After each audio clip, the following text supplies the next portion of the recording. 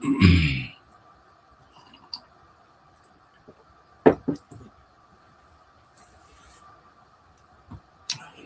Liberians, yeah, good afternoon, good morning, good night, wherever you are globally. Today is August the 3rd, 2026, here on the Class Reloaded. I want to welcome you guys from everywhere globally, especially from back home.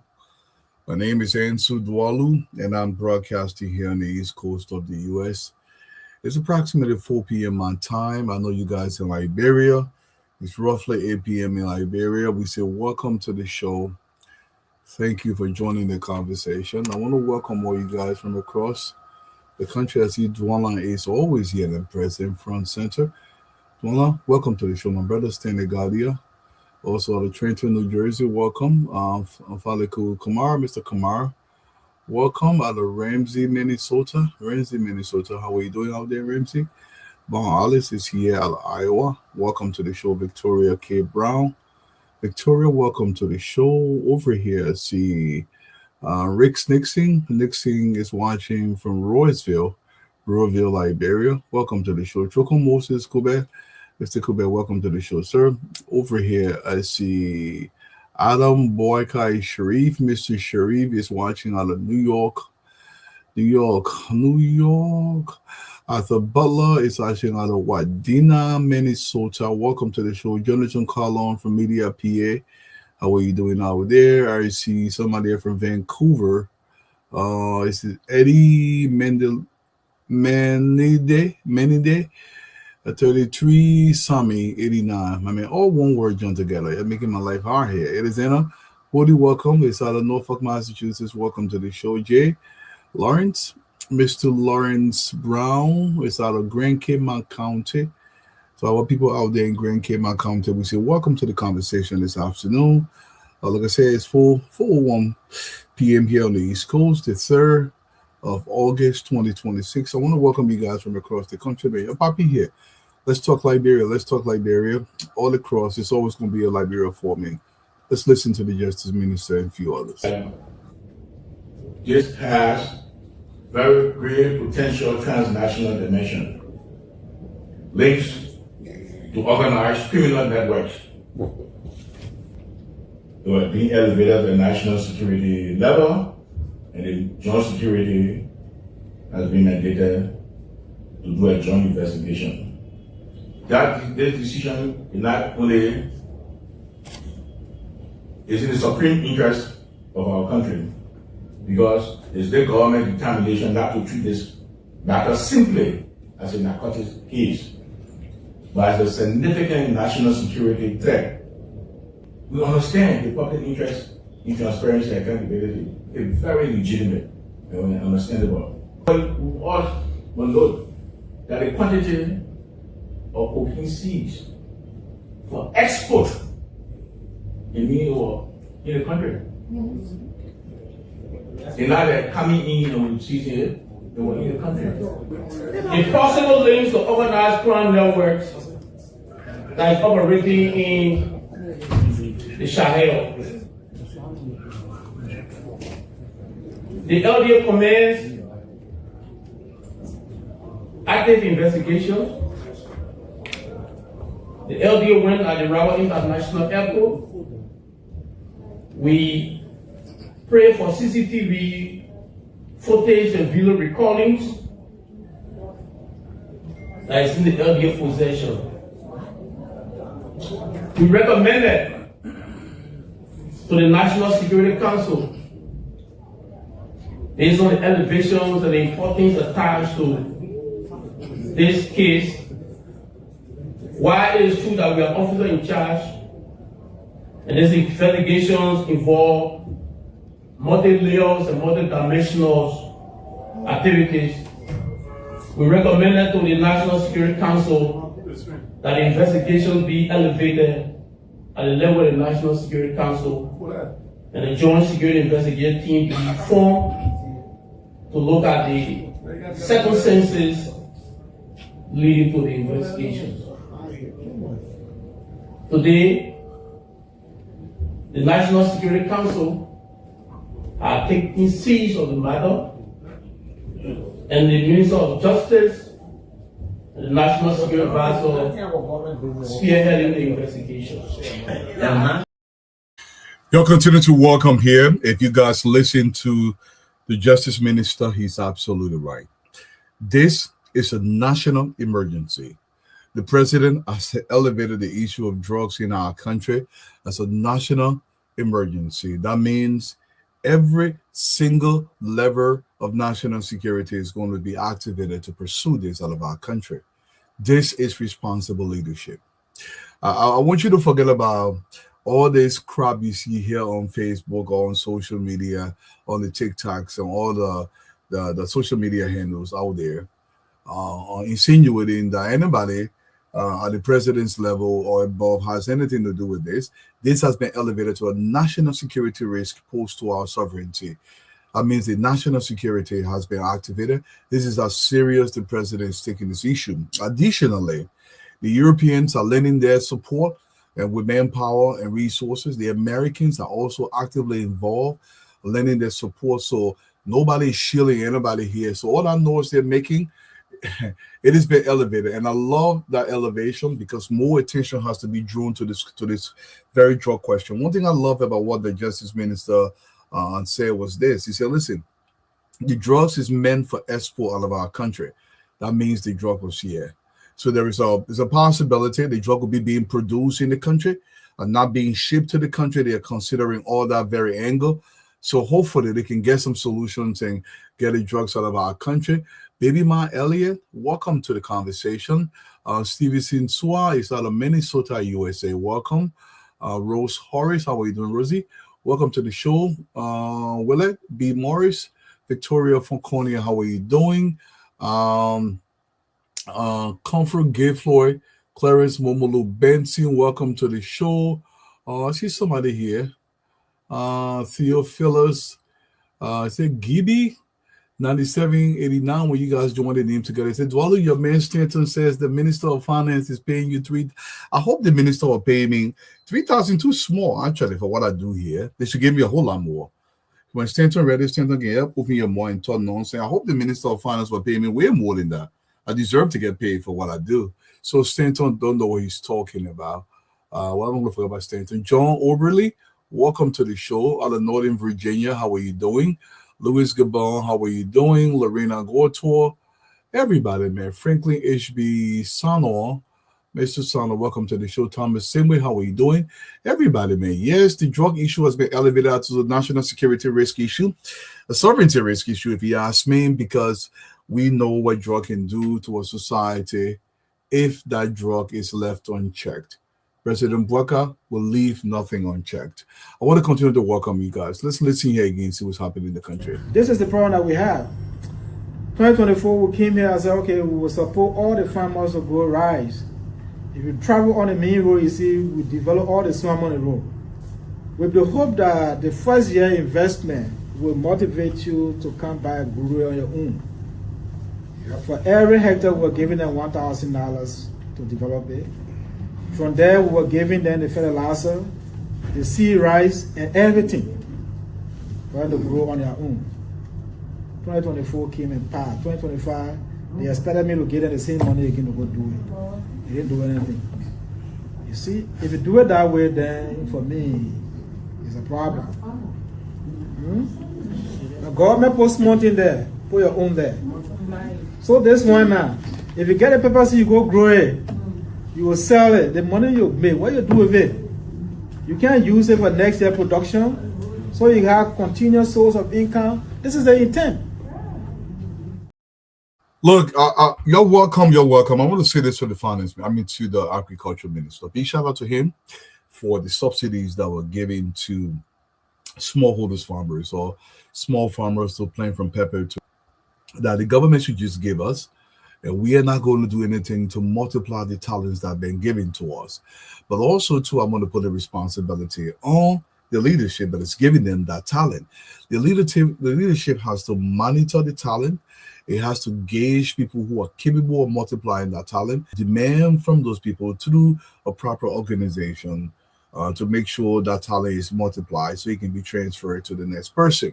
If we don't do that, because the kind of society that we have, what happens is they eat that, the talent, and then the talent does not multiply. I gave somebody 2 cows. I give them a male and female cow. As soon as they get hungry, they eat the cow. What most people would do, they will make sure the cow reproduce, but in the interim, they will use the bull cow to plow a field and to plant something to expand that, and then graduate after 2-3 years to go back there. They have 10 cows, they have a massive field plow, they have an improved facility to live in, they build a house. These are the people we should be giving talents to, not people who are just going to take it and eat it. Mr. Agriculture Minister, your intent is good, but I believe we fail to some extent on the monitoring portion of it to make people account for what we are giving to them. This is what we should be doing more and more. But big shout out to you for what you do, by the way. And this is what we will continue to champion for our country. Look, I want to say this. Before I do that, let me tell you. I'm in love with Grandma,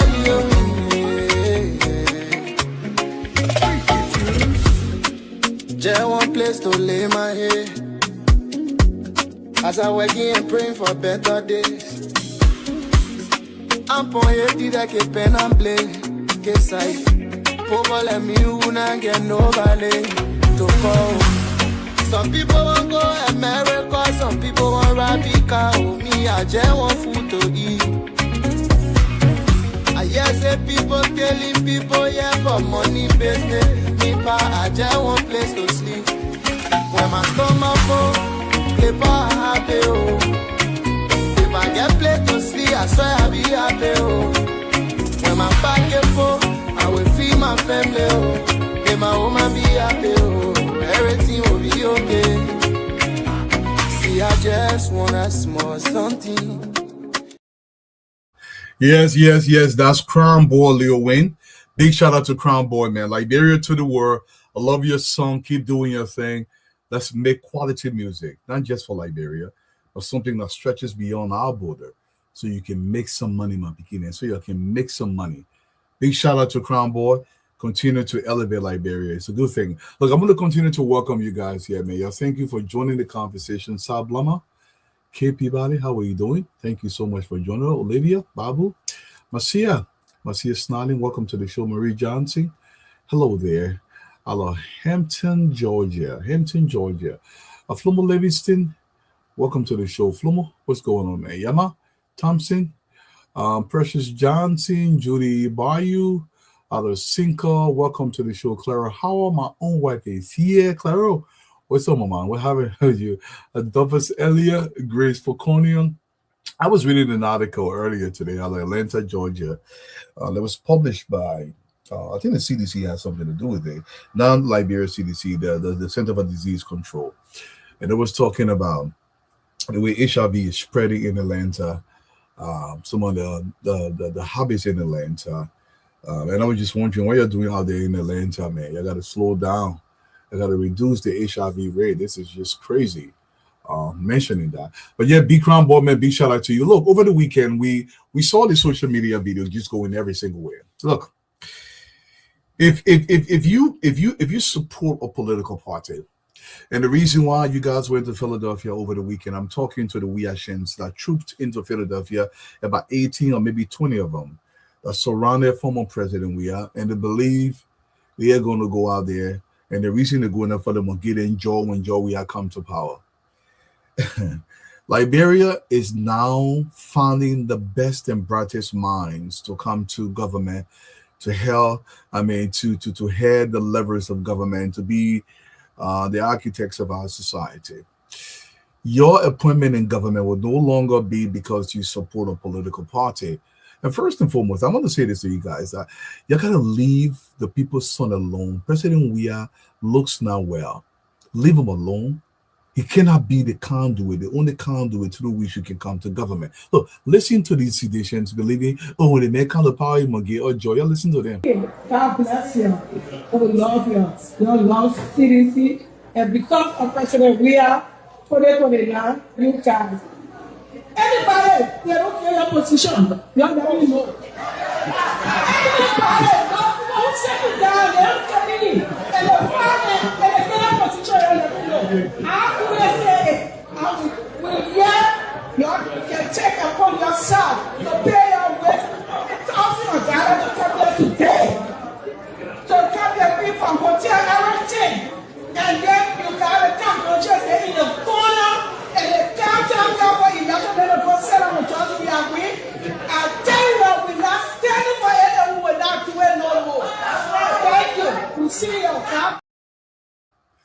This is the mentality that I'm talking about. This is the mentality.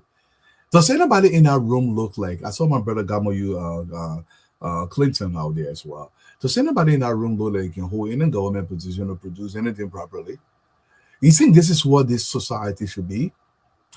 Now, I would give the disclaimer that I don't know everybody out there, but this should not be a reason why you troop into Philadelphia, 18 of you guys, and sit in a room. So, oh, we fight, we bring, and Joey Basso and Joey come out of power. You can appoint people all kind of places. Then, this is not what our society is going to be. Look, one thing I love about the direction of Liberia now that gives me great joy, what people are, but it's completely clear a new higher standard has been set for leadership in the country. President Bweka has set a very new very high bar for what the presidency should be. This country will no longer be given to men who are not prepared to govern it. President Weah had absolutely no interest in governing the country. One interest whatsoever, he did not care. He did not have any feeling about governing the country. He just wanted to occupy the space. And I think our Oma Madam Miata formula put this best. She said, George Weah had absolutely no interest in governance, in governing people. He was just happy to be president. And he said this himself. I wanted to boost my morale. Just think about the consequence to our children. He was just happy to be president, enjoying himself, dancing buka, and drinking and partying. This was the entirety of President Weah presidency. Do you think Liberian people will ever make that colossal mistake again and give this country to a lucky Grenadier boy? Ever again? So for those of you who continue to go around, I'm not going to post a man's picture because we all can be unhealthy, and I understand that, but I'm going to say this. I may not look where you're continuing to pushing around because you believe by him you'll get, we get on the chopping to our horse. Well, we ain't finished. We'll go inside so we can be able to finish here. Listen to him when he's talking about the drug issue in the country. Look, Joe, we can lie so much, he lie just right on your face. Listen to him. What's the view on the drug issue in Liberia? Well, you know that drugs in a society is not a good thing. So I hope that the government can solve the drugs problem. When we have little drug issue, we solve it. You know, so I mean, I expect the government to do the same. The boy driving coming from straight Gibraltar. The boy said when we had drug issue, we solve it. Shameless man. Can you imagine when we had drug issue, we solve it? You brought all this filth to our country. A new bar has been set in Grangeda County. A new higher standard is set in Lofa County. Across the southeast, across Mosoralo County, a new bar is being set by President Bweka. The new standard for leadership of our society, you have to be amongst our best and brightest minds. Now what though? When we had joy issue, we solve it. And you got people then going in some kind of small room. Is they when Joe come to power saying you can't get them a gay job. This is how we're going to run this country. You all right. The country fortress here. People, welcome to it's a pathological liar, just complete liar. Lewis, what's going on with you, man? Hey, what's going on with you? Siata, Madam Timber, welcome to the show. Teresa Jackson, welcome to the show. Pathologically lying like you can't eat pepper, and so we had Joe Brown. I saw it. No, when you had Joe Brown, you smoked it. When you had Joe Brown, you snorted it.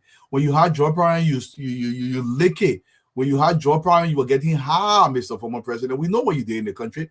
You stay high half the time, and we're not going to forget about it. Look, I'm going to say this, and some people may get mad a little bit, but I will say this. Look, I'm going to post on the screen first and foremost, and there is a celebration in the country for the current Labor Minister, Honorable Kra, and his denial of applications for certain officials. I mean, for a company that was trying to get, work permits in our society.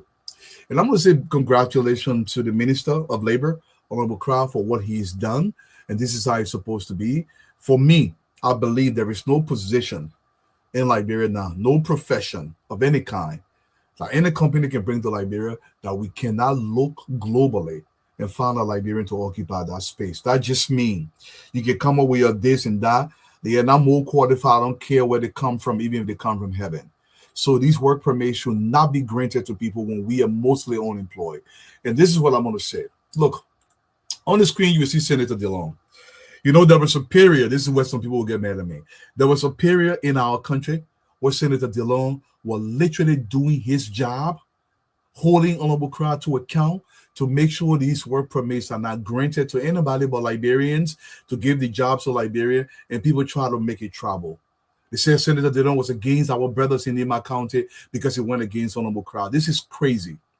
Just because I oppose Seattle Timber, it doesn't mean I hate the people of Lofa County. We need to stop this. This glory is more Senator DeLong's than his Honorable Crowd, because Senator DeLong fought for this heavily. Now, I'm going to grant Honorable Crowd some accolades because he finally actualized this. But Senator DeLong has been relentless on this very issue, that Liberian citizens should get the jobs. We should not be giving jobs away to people, forklift drivers. You go to Turkey and bring them into the country. Basic engineering, you go all of the country, you give them to people. Administration, many professions across our country. Liberians are all over the globe majoring in these things. We have to give people jobs locally. And I want to say big congratulations to Senator DeLong, because it is a victory that's not only go to the Minister of Labor, Honorable Crowd, but Senator DeLong also must be championed for this. But Senator DeLong, we want to say this to you. Continue to fight for the Liberian people. I know nothing is going to shake your foundation. Your intent was not to hit anybody. Your intent was to push a message forward that Liberians must go to work. Honorable Crown must start giving work permits to foreigners when Liberians do not have jobs in their own country. That's all he was saying. It was not against anybody from any given county. We need to stop this. Just because you go against Walu, it don't mean you hate the Bassa people or you hate the Gola people. This is not okay in our society. We need to stop this. That's the message I want to get out there. We need to embrace Liberia wholeheartedly. If you're running a government agency and somebody goes against you because the way you're running the agency is not going well, they are not going against your tribe, they are not going against your county. It is the message I want you guys to understand. This is the singular message. So Senator DeLong, history has vindicated him because that's all he wanted. And I'm so happy that the minister himself has seen this and start denying a work permit to people for jobs that LU graduates can do, for jobs that Tubman University graduates can do, for jobs that Nima Polytechnic graduates can do in our country. We need jobs too. Liberians must go to work. Congratulations to the minister for this. And let's continue to put more Liberians to work. This is very, very important. I see a lot of people running the country. Oh, there's a ship in Cape Mount and the people offloading the drug off the ships. Look, Liberian people, these ships, there are tens of thousands of ships globally. These ships are everywhere. In fact, I'm even interested in one of these ships for the Liberian Diaspora Equity Fund. I want to purchase one of these ships. They cost anywhere from $3 million. Some of them cost as low as $1.5 million. Maybe if you want a very decent one, you can pay $10 million for them. These are massive ships. They take cargoes around the globe. And people say, my man, carry my thing, I give you small thing. And if they see a vulnerable country, they drop it off there and they do whatever they have to do. People will make money whatever way they can. Liberia's job is to counter this. The government has known about this. The government is doing everything to make sure the ship just left the Sierra Leonean waters. If it enter Liberia water, we are going to follow it and get them out of our waters. But to suggest that the ship, the government bringing the drugs on, this is crazy. I don't know where you guys are coming from with this nonsense all the time to just make up story against your own country. Do you really believe a ship would just sit there and just run quick and say, oh, that would dump it in Liberia? These ships are everywhere across the globe. They're everywhere. The government has raised the drug issue to a national security issue. That means every agency in government is not involved. The Americans have representatives in the country to make sure these drugs don't come to Liberia. And if the drugs are being manufactured in Liberia, to find them and to make sure that they dismantle them as been instructed by the president himself. So let wrap our hands around Liberia and start making up false stories across the country. I also want to highlight this as well, though. There is something happening in Liberia, and I want to say this to young people. I don't know how we'll put it on over Gina and Hawane here. I gotta find a way to say this without Gina and Howard invoking me. So I will try to. So I want for you to pay attention. I'm for Gina and Howard the yearly thing. I want for you to pay attention. I will try to nuance it in a way where it can go over the head. You got young men in the country. They are taking this thing they call, I don't know, they call it brand tap or what kind of tap it is. A young man, you're 22, you're 23, you're 24 years old. You're taking something to give you an erection that's going to kill you. At my age, now one day I ever need any kind of help anywhere. Why would you be taking this nonsense at 23-year-old, at 24-year-old? And who's bringing this stuff to the country? Look, if something is harming the Liberian people, if it's not good for our people, it must be banned out of Liberia. I don't know who's manufacturing this thing. Young people, I heard a girl fainted on another picking, and all kind of yama. We got to stop these things out of our country. If it's not good, no young person under the age of I'll be 50 years old this year. Not one day. But why would any kind of young person, 25, 26-year-old, you take beta cola, you mix it with stout, you take all kind of energy drink, it can stop your heart. I'm not a nurse, but then the nurses then tell you it will stop your heart. You gotta start taking thank you, kid. The young children are taking this stuff. I don't know what they put in this stuff or where it's coming from. Young men are just falling down, dropping. When you take the thing, you can make your heart beat fast. The reason why it gave you that erection is because your blood is overplus flowing.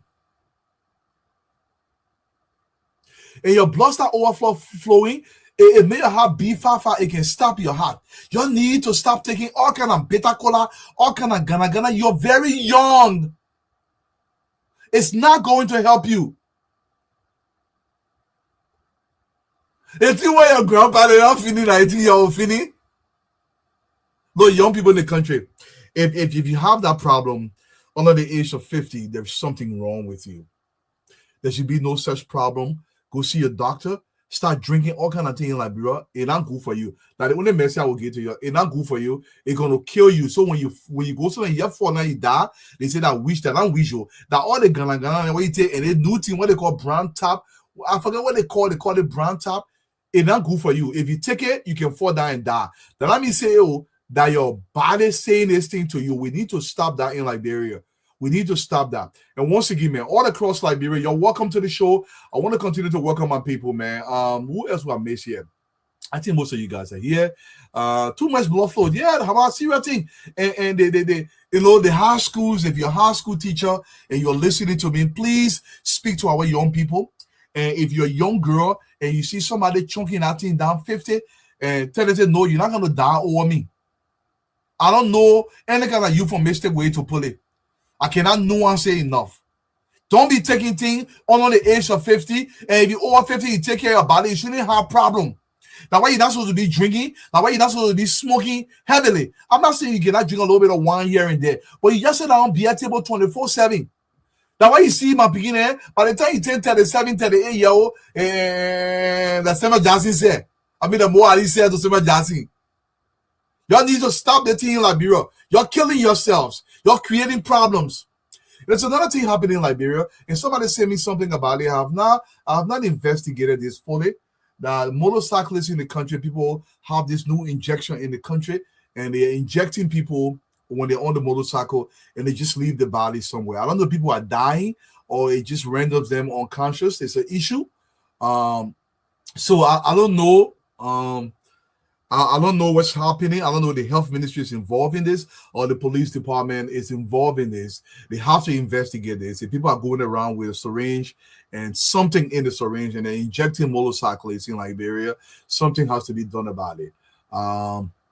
Exactly, Elias. It's not made for children, but if it is that powerful, it should not be used by grown men. And there is no reason somebody in the 20s, 30s, or 40s should be taking nonsense like that. You should be all right. You should be all right. And the thing where your grandpa is not finishing my picking, you can finish it. You leave that thing.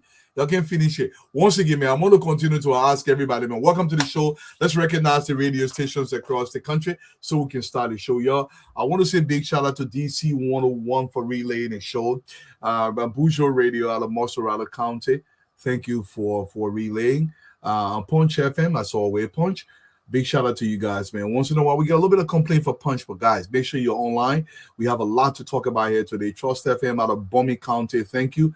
Radio Butor. Thank you so much. Y'all way out there in Sano County. Smile FM out of Grand Jita County. Big shout out to you guys in Grand Jita. Radio Sano in Greenville, Sano County. Top FM out of Zoidru. Welcome to the show. Radio Yalimba out of Seklipi, Nima County. Welcome. Radio Gompa, of course, out of Ganta City, Nima County. Thank you for relaying. Premier FM out of Bangabon County. Ablije Radio in Grand Bassa County. Radio Kwatike out of Bangabon County. Peace FM out of Habel. Voice of Lufa out of Lufa County. To our people in Lufa, we say how you guys doing. Thank you for joining the conversation. Radio Margibi out of Margibi County. Rede in Kakata. Classic FM out of Kakata, Margibi County. All across Liberia, man. You're welcome. You're welcome. You're welcome. I want picking in, please. I'm begging you. You need to live so Liberia can live. Y'all gonna know that always. You're welcome to the show, y'all. Thank you so much for joining the conversation.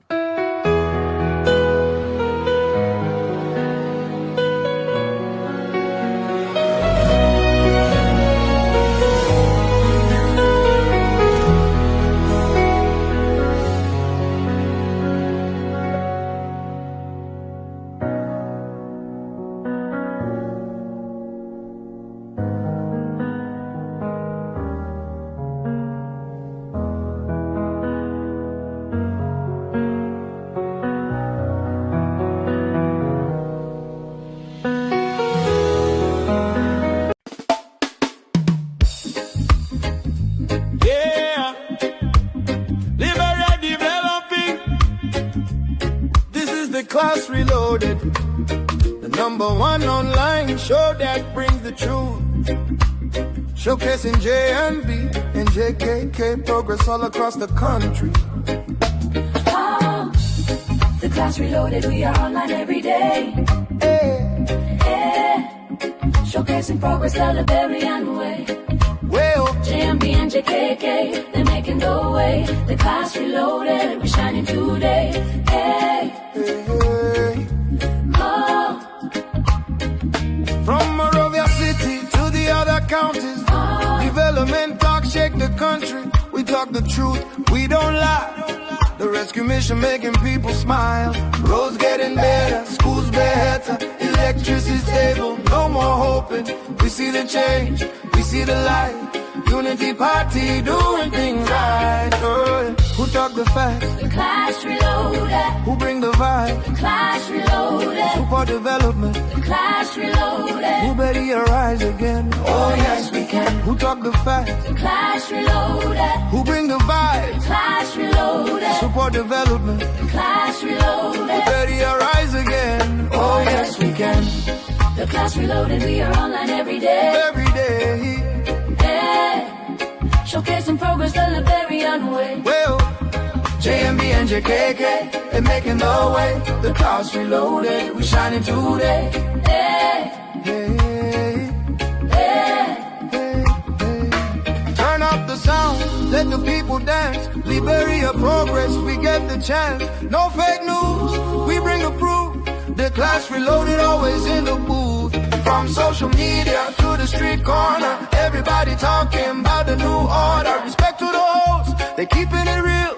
Liberia future, that's the deal.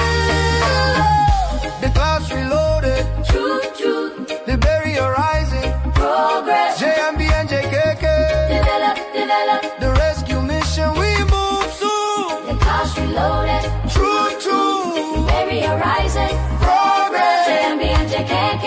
Develop. The rescue mission, we move soon.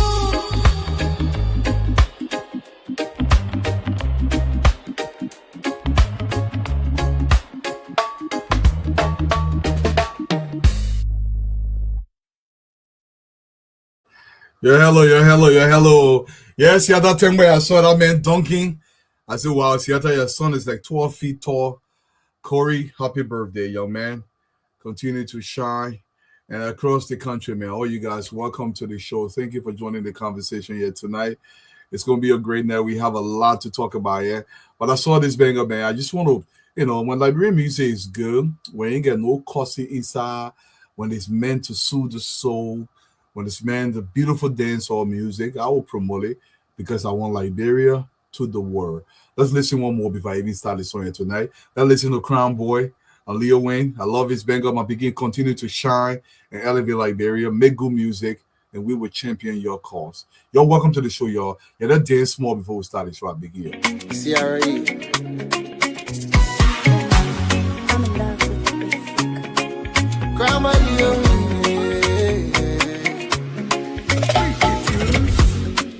Just one place to lay my head as I working and praying for better days. I'm pointing that que pen and play, que sai. Povo let me una get no valley to call. Some people won't go America, some people want Rabica. Oh, me, I just want food to eat. I hear say people killing people, yeah, for money business. Me pa, I just want place to sleep. When my stomach full, paper happy, oh. If I get place to sleep, I swear I'll be happy, oh. When my pocket full, I will feed my family, oh. If my woman be happy, oh. Everything will be okay. See, I just want a small something. Big shout out to Crown Boy. Big Sean, hey Solo, what's popping? We're with you, man. Look, I want to talk to you guys briefly before the guys come here today. If you guys been following this show for some time, even when I was on Spoon, I would talk about the private sector. I would talk about the industry. And it's a challenge I was continuing to put before this president's feet. And I would say this to the administration. Personally, for me, in this coming budget, I want $50 million in the budget to go toward the private sector. We got to put a think tank together. These men have to go to work. We are approaching 3 years, and this bothers the living here out of me. It bothers me to my core because I believe we can do more. We have to build Liberian industry. The capacity is there to do this now. Why are we importing diapers in the country if we are continuing to do that? Why are we cutting down the forest when we can produce coal locally without doing that? Why are we bringing rubber slippers and rubber pants out of the Ivory Coast? Why are we importing wheelbarrows and shovels when men are unemployed? I need $50 million in the budget, dedicated solely to expand Liberia private sector. We can zone the country into 5 economic zones. We can put a think tank together, 7 men and women. They sit around the table, and you demand that it produce the kind of results that you want in the private sector. This is more than possible. We can pick a city, pick Zwedru, I don't care. Pick Robertsport, pick Buffalo City as a test case. We set up the first garment factory in Buffalo City. We put 3,000-4,000 women to work where we can make jean trousers out of the $50 million. We can invest $10 million into a warehouse. We bring the machineries in and we start production out of Buffalo City. Let's build something massive in Robertsport through the $50 million dedicated to expanding the private sector. As this entity grow, we release it as was done by the Japanese. We say, you know what, wrong? I will give it to you, Falaima. You will become the CEO of this operation. If you get this level, it's going to be bequeathed onto you. People can buy a share in it, and you go ahead, you become a private entity. That's how you see Nissan today. That's how you see Toyota today. It was not entirely begun by these men. It was entirely, mostly, initially subsidized by their government because the government understood one thing. If these entities grow, they will hire a lot of people, but they will pay a lot of taxes to central government. So the initial $10 million or $5 million invested into these entities, it is nothing compared to what it's going to pay in perpetuity. Forever and ever, it will pay that money. The government will reap that. We must put these men to work. These men have to go to work. Look, I hate to say this, but I have to say this because people must know that it's better to shine. It's been a while, man. What's going on? Here, the cheer dancing. I must say this. The amount of people that can call us and the amount of money we chunk in it back, sometimes you cannot do it more You're not able to do it because you don't have that source of income to continue to help here and there. If you get 40 and 30 here, but if the men have a job that paid in $300-400, it is something. We can gradually put thousands of men to work if we put $50 million in the budget. We can come together, put Liberia 7 men and women in a room, they come up with a plan. And they put a plan together for Saniquity. And they start an operation in Saniquity. You don't have to even give them the money. They can come up with their own idea and they can repay the money back to government. But in the meantime, you set a standard. You say, listen, if you get this money, you have to meet this criteria from the government. That means if you're going to set up shop in Ganta, I want you to employ 200 people in the next 3 years. It's part of your mandate, for example. I want you to get to this level of production in the span of 3 to 5 years. I want you to do this. You meet these standards. You set up an agency that monitors it, or you use one of the current existing agencies that do this. These men must go to work. Government alone cannot provide the level of employment that is required for 2.7 million people. This is the working age population of Liberia. Approximately 2.7 million people need a job in the country. I would take up maybe another 200,000 from that number that are working in the private sector or working for government spread across the country. The rest of the people, they're selling the small market here and there. We can chip into that number in the Southeast. And I love the cow that are going to the southeastern portion of Liberia. It will create some jobs out there. We can do something similar in Moserata County. We can go to Buchanan. We are still importing flowers into the country. We are literally importing everything in the country, and most of these can be produced locally. The machines are available now. There are a few things now that is being used in Liberia. I don't know anything in Liberia that we're using right now that is not being produced by a machine. Can somebody help me? Does anybody know anything in Liberia right now that is not being produced by a machine? If you want to make shoe, machine can make it. You buy the machine, you set it down at factory by yourself. If you want made the eyeglass, then machine can make it. If you want made the glass here, that machine can make it. We got plenty of say in Liberia. You buy the machine, you set it down somewhere in Kema.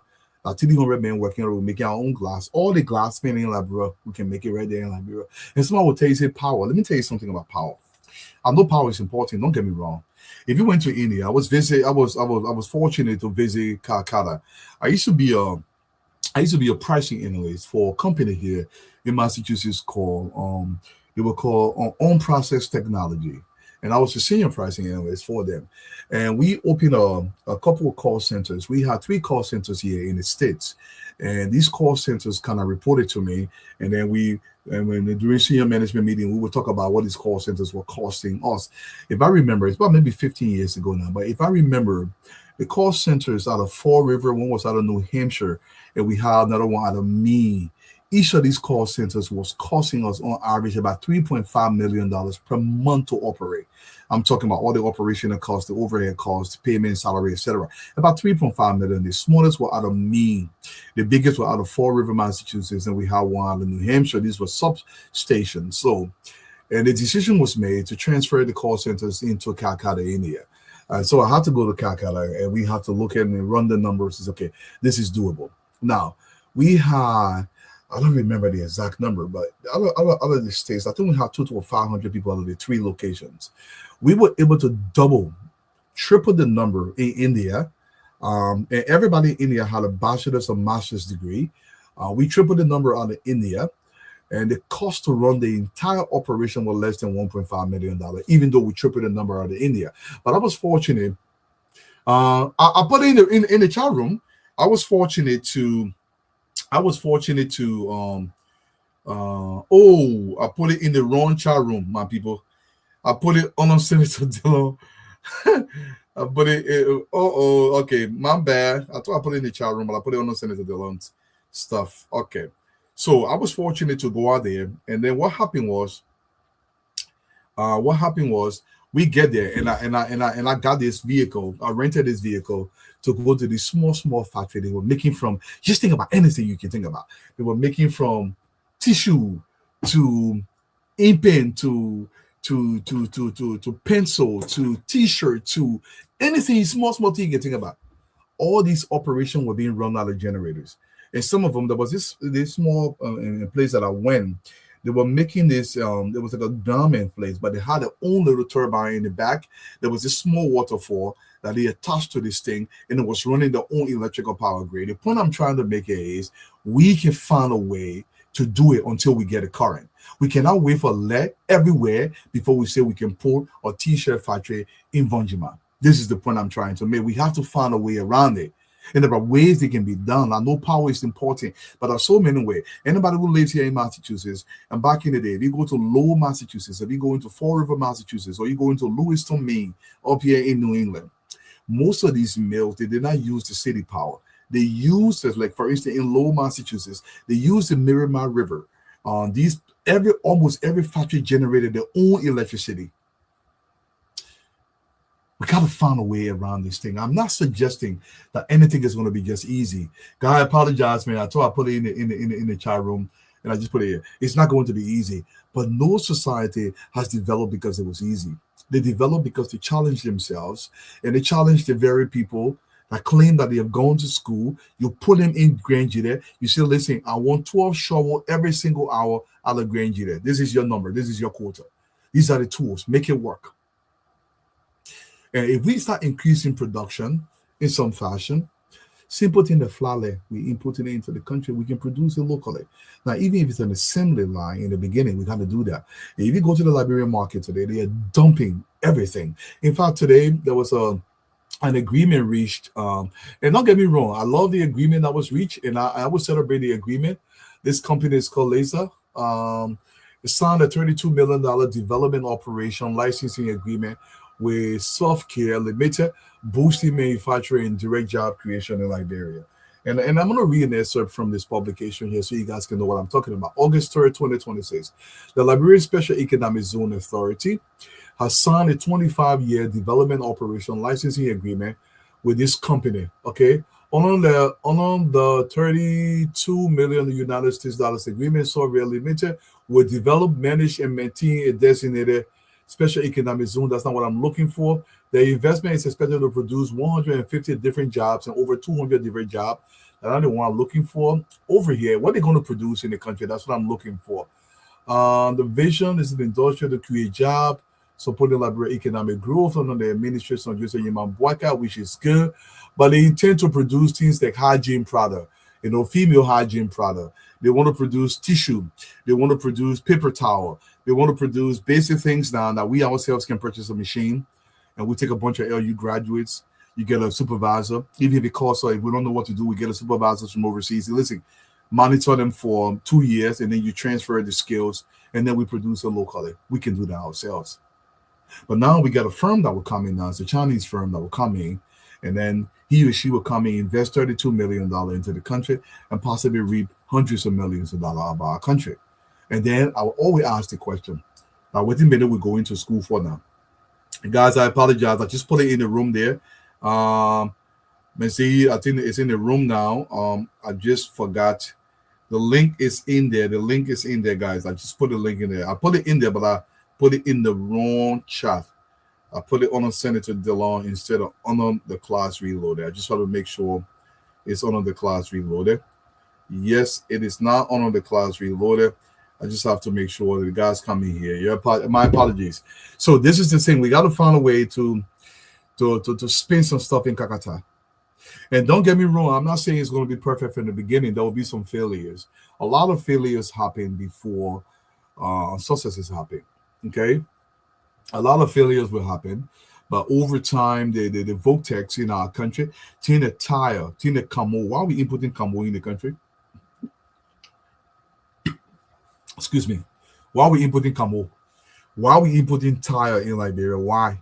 When we get a vocational school there, why are we inputting tire? Why are we inputting certain construction product? Hairpin. Why are we inputting hairpin in Liberia? Why are we inputting the what they can make this cement with? Why are we inputting that in Liberia? Why? These things can be produced locally. I don't care if they're rudimentary in the beginning, if it's not the same level as you see in Switzerland in the beginning. That's not my push. But we got to start somewhere to put these men to work. These men have to go to work. And this is my case. These men must go to work some kind of a way because we have to take care of the Liberian family. Okay, let me put it in there again. If the link is not working, let me do this again. Let me send the link. I'm gonna put it in there again, guys. My apologies. I don't know. Sometimes these technical problems happen. So 1 second, I will put it back in there in a second. Let me try to get it back in there. 1 second here.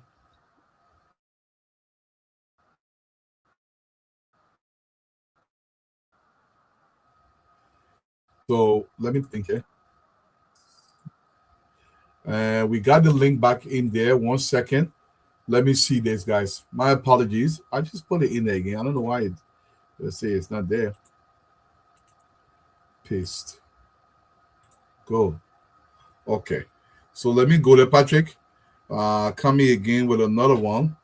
Um uh why would it not work today? Okay, another link copy. And let me paste it in there. Guys, my apologies.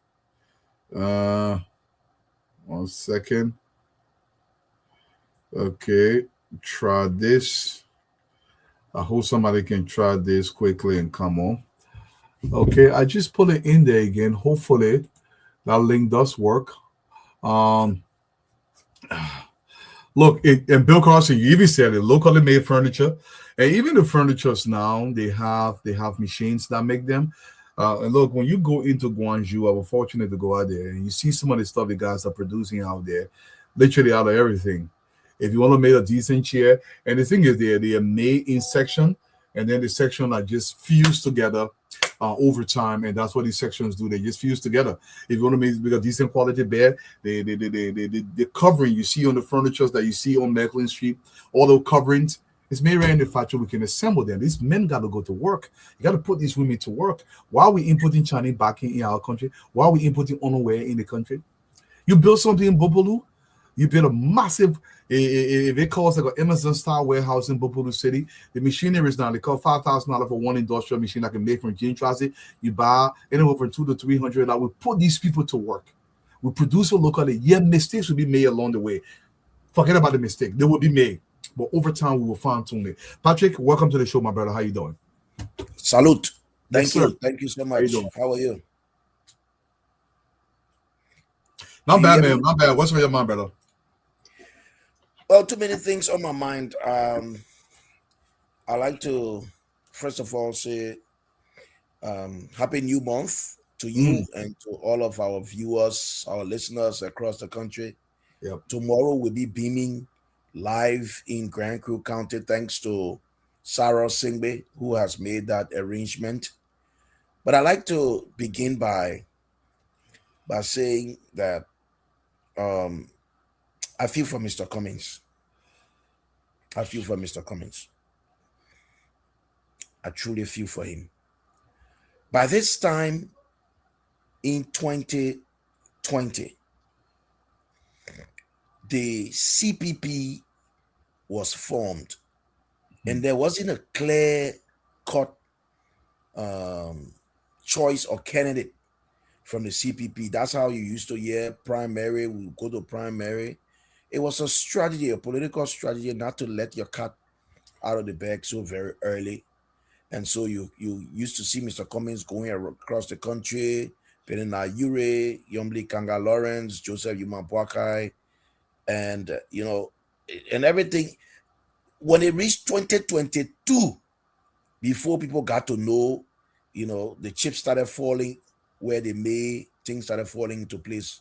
Unlike where we are right now, Mr. Weah declared that he's contesting in 2029. But look how I feel sorry for Mr. Cummings. Mr. Cummings has been really banking on the CDC thing. He's really been hoping on them. Besides, this man drove from Monrovia as guest speaker, invited as guest speaker. He drove all the way to the southeast to go serve as guest speaker for Mr. Weah's party when Mr. Weah wasn't there, Sure. when Mr. Weah was in America. How can you make mockery of somebody like that? Mr. Weah was in America. Mr. Weah had to call on telephone. Mr. Cummings sitting down there, presidential Record a candidate. message. Presidential candidate sitting down there, another presidential candidate calling on telephone at your house. It's like you invited me to your house, and then I came to your house. You're not there in America, but I'm the guest speaker. To your house, I'm the guest speaker. And then I went there, and you had to call on the telephone. I seen down there listening to you, talking. At the end of the day, you can't tell me say you running. I mean, how sad. But Patrick, I wouldn't blame President Weah. I blame Mr. Cummings for putting himself in that predicament. I wouldn't put myself in that predicament. Because if he's not going to show up, it doesn't mean. In fact, the people of Grand Judah County, he didn't have any respect for them to say, okay, let me take this time off and go into Grand Judah County and speak to my people. He didn't have respect for them. He had a pre-recorded message. That's what he did for them. Yeah, he did a pre-recorded message. Yeah. That was not even a live message. That was a pre-recorded message. Pre-recorded message. Imagine. Yeah. And Mr. Cummings was sitting there. All respect to Mr. Cummings. I mean, I respect him a whole lot. Yeah. But Mr. Cummings drove from Monrovia to attend a CDC program in Grand Judah County, on that road in Grand Judah County. When your host wasn't present, he had to be escorted by 12. And then when he started speaking, he started reading heavily. His speech couldn't even end. And then the whole program got disrupted because of the rain. He had to come back to Monrovia. All of a sudden, Mr. Weah has declared. Where does this leave Mr. Cummings? Look, for the last 20 plus years, Liberia's political landscape has been dominated by two political parties. It's either been the CDC or the Unity Party. Check it from 2005. In 2005 election, the first top two was the CDC. In the first round, the CDC came first, the Unity Party came second. When they went to the second round, the Unity Party came first, the CDC lost. 2011, the CDC, the Unity Party came first, the CDC came second. 2017, the CDC came first, the Unity Party came second. 2023, the Unity Party came. So for the last 20 years, these two political parties have dominated the political land space. For another political party to bold, it's like the APC and the SLPP in Sierra Leone. It's like the NDC and the MPP in Nigeria. It's like the Republican and the Democrats in the US. It's like the PDP and the APC in Nigeria. So Mr. Cummings has been banging on either of these two political parties. That strategy doesn't seem to be working. The announcement of Weah just threw all of them in the mix, and it brings down back the CDC and the UP again. Well, let me give the others a chance. Thank you. Brother Abraham, welcome to the show. Minister Pia, how are you doing? So Abraham, which poppy man? What's on your mind, brother? What's everything with you? Yeah, let me say good evening to all of the panelists and good evening to our followers and our viewers. Doro, what is on my mind has to do with the Ministry of Justice. And like I said, for each time I come on here, I will make sure for me to be able to send a message to the Justice Ministry in them erecting a new prison facility. Because Saw Beach is overcrowded and there is a need that we erect a new prison facility so that we can be able to help for us to decongest the prison facility in Central Monrovia. With that been done, that will indeed serve as the way so that the inmates' right can be respected. I'm not saying that their rights are not respected. That's not what I'm saying. But in them being congested in a late, tiny room, it is normally it's not acceptable in no part of the world in this kind of morning time. So, and I know that the Minister of Justice will be able to hear my cry and be able to see a reason for them to be able to do so. But secondly, let me tell the President thank you ever so much for he carrying this gun independent day to Grand Bassa County, and it was great. It was really great. The festival or the celebration in in Grand Bassa, it was great, and I can stop watching those clips from this gun celebrations. So, and that is what is on my mind.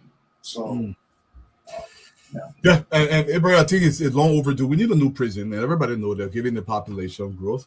Honorable Pia, welcome to the show, sir. What's bothering you or what's going on in the country? The people are listening, so. I'm not sure there are issues to bother me. What's going on in the country? The country is progressive, Dualo. All these distractions will come about. Some people are interested in taking our focus away from the real issues that matter. We have to make sure we keep them in that direction as well, in as much as we handle all the other contending issues. The drugs issue is serious, and that is why the government is demonstrating clearly from all that we've done that we're taking this seriously. I was listening to the former president the other day, and he said, "Oh, we had some little drugs issue during my own time, and we solved it." I don't know whether he said solve it or he said something else, but maybe I heard solve it. And I was wondering, how was it solved? And how could you describe $100 million drugs plus 30 million, and at some point unannounced 50 million could be little drug issue? And how did you resolve it? Because the truth also is, Dualu, what we're contending with right now is the fact that an administration that was in charge of our country granted free access to a criminal cartel to take root in our country. Like the DEA boss said, not DEA, like the EPS boss said, which is true. During the Salif administration where I served, the folks from Colombia and other places decided to tackle Liberia. We're having a drug issue here. We didn't make any pronouncement. President Salif quietly wrote the Americans that we're seeing semblance of the drug cartel trying to put their foot down on this side. And then the Americans deploy special agents of the Drug Enforcement Agency from the United States, and they came here. Sam Gay, who is the current EPS boss, was a member of that team. They came, they nipped 11 drug gang members.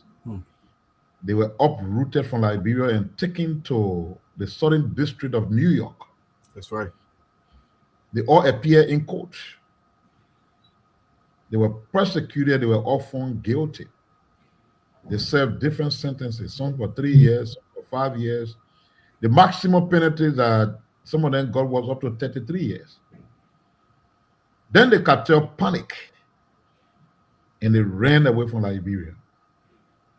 Right after the 2017 elections, and we had a new administration. They knew that the situation on the ground changed. They tested the water a couple of times and they realized that this could be a new paradise. So they returned and started stamping their feet on the ground. And this is, I just thought to repeat this, but people got to understand what we are against here. Yeah. So what we are against here is an effort to dismantle a cartel that re-established itself here and took root. That's what we're doing. So there's no easy task, but it's doable because the government has the political will and commitment to do it. That's right. And I can tell you, wherever they have the drugs, we get it.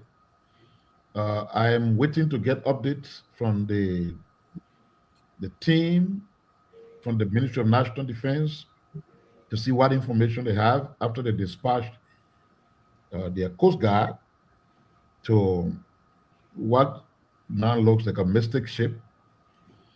Because you see, anywhere we see sign of anything, we go there. Simple. If you're hiding drugs there, be aware you're already in trouble. Drugs that are already in country, that are stored in different places, we'll find it. We'll go for it. There's no medium through which you will get it out. Zero. If I tell you how the drug that we just arrested at 317 million was caught, you will be surprised. And that should serve as a warning to all in law enforcement. From the point of escort to the point of upload, they were followed, they were monitored, they were under surveillance, they did not know. That's how serious and entrenched our security forces are. That's why when people attempt to discredit them, we just look back at them in life. These are serious people, professional. Yes, in every setting you have bad apples. And what you see happening is that the bad apples are being identified and they will be weeded out. On the general, we have a serious security force. And fortunately for us, now we have agents from the U.S. Drug Enforcement Agency that are in Liberia to work with them. We've had offer from the Moroccans. We have offer from other international friends who are all here, ensuring that we will take on this cartel with full force and will fall short of nothing but dismantling them. Their local collaborators and whoever they are, we get them. That's where we are. So yes, the country is on good footing.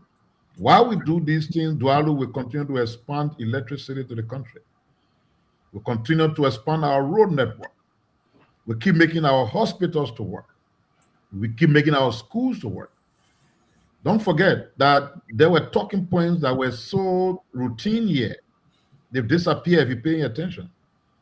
Nobody yelling all around the place about bread and butter issue anymore. Those were the biggest talking points. They were acknowledged you're baiting the rules, you're doing this, but bread and butter issue not solved. How that conversation disappear is something that we will all have to know. But it tells you clearly that the government is working, that's what can happen. If you don't have issues and you try to invent some, all of a sudden you get exhausted. Because lies cannot survive for long. They are the viruses. Yeah. They don't survive long outside of a living cell. So lies that are not border on fights will not stand the test of time. They will not survive. So sooner or later you get exposed. That disappeared. The next thing that has disappeared is acknowledging that good things are happening but claiming it to be yours. You build one road on this side of our project. You build one kitchen on this side of our project. That conversation has also disappeared. Because that's sustainable, because that border on fact. It's a cliche that is grounded in hallucination. You just sit down, you say, oh, the whole world turning people no further. Nothing like that happening, but you're hallucinating. You cannot avoid progress. You can't. It's clear. It's clear. Day and night are not the same. This country was in darkness. A phone light. That light is reflecting everywhere and progress is being made. It's either you keep quiet than to try to manufacture talking points that are recklessly not grounded in any facts and will not survive the daylight. So yes, I'm glad to be the spokesperson of the government during these critical times.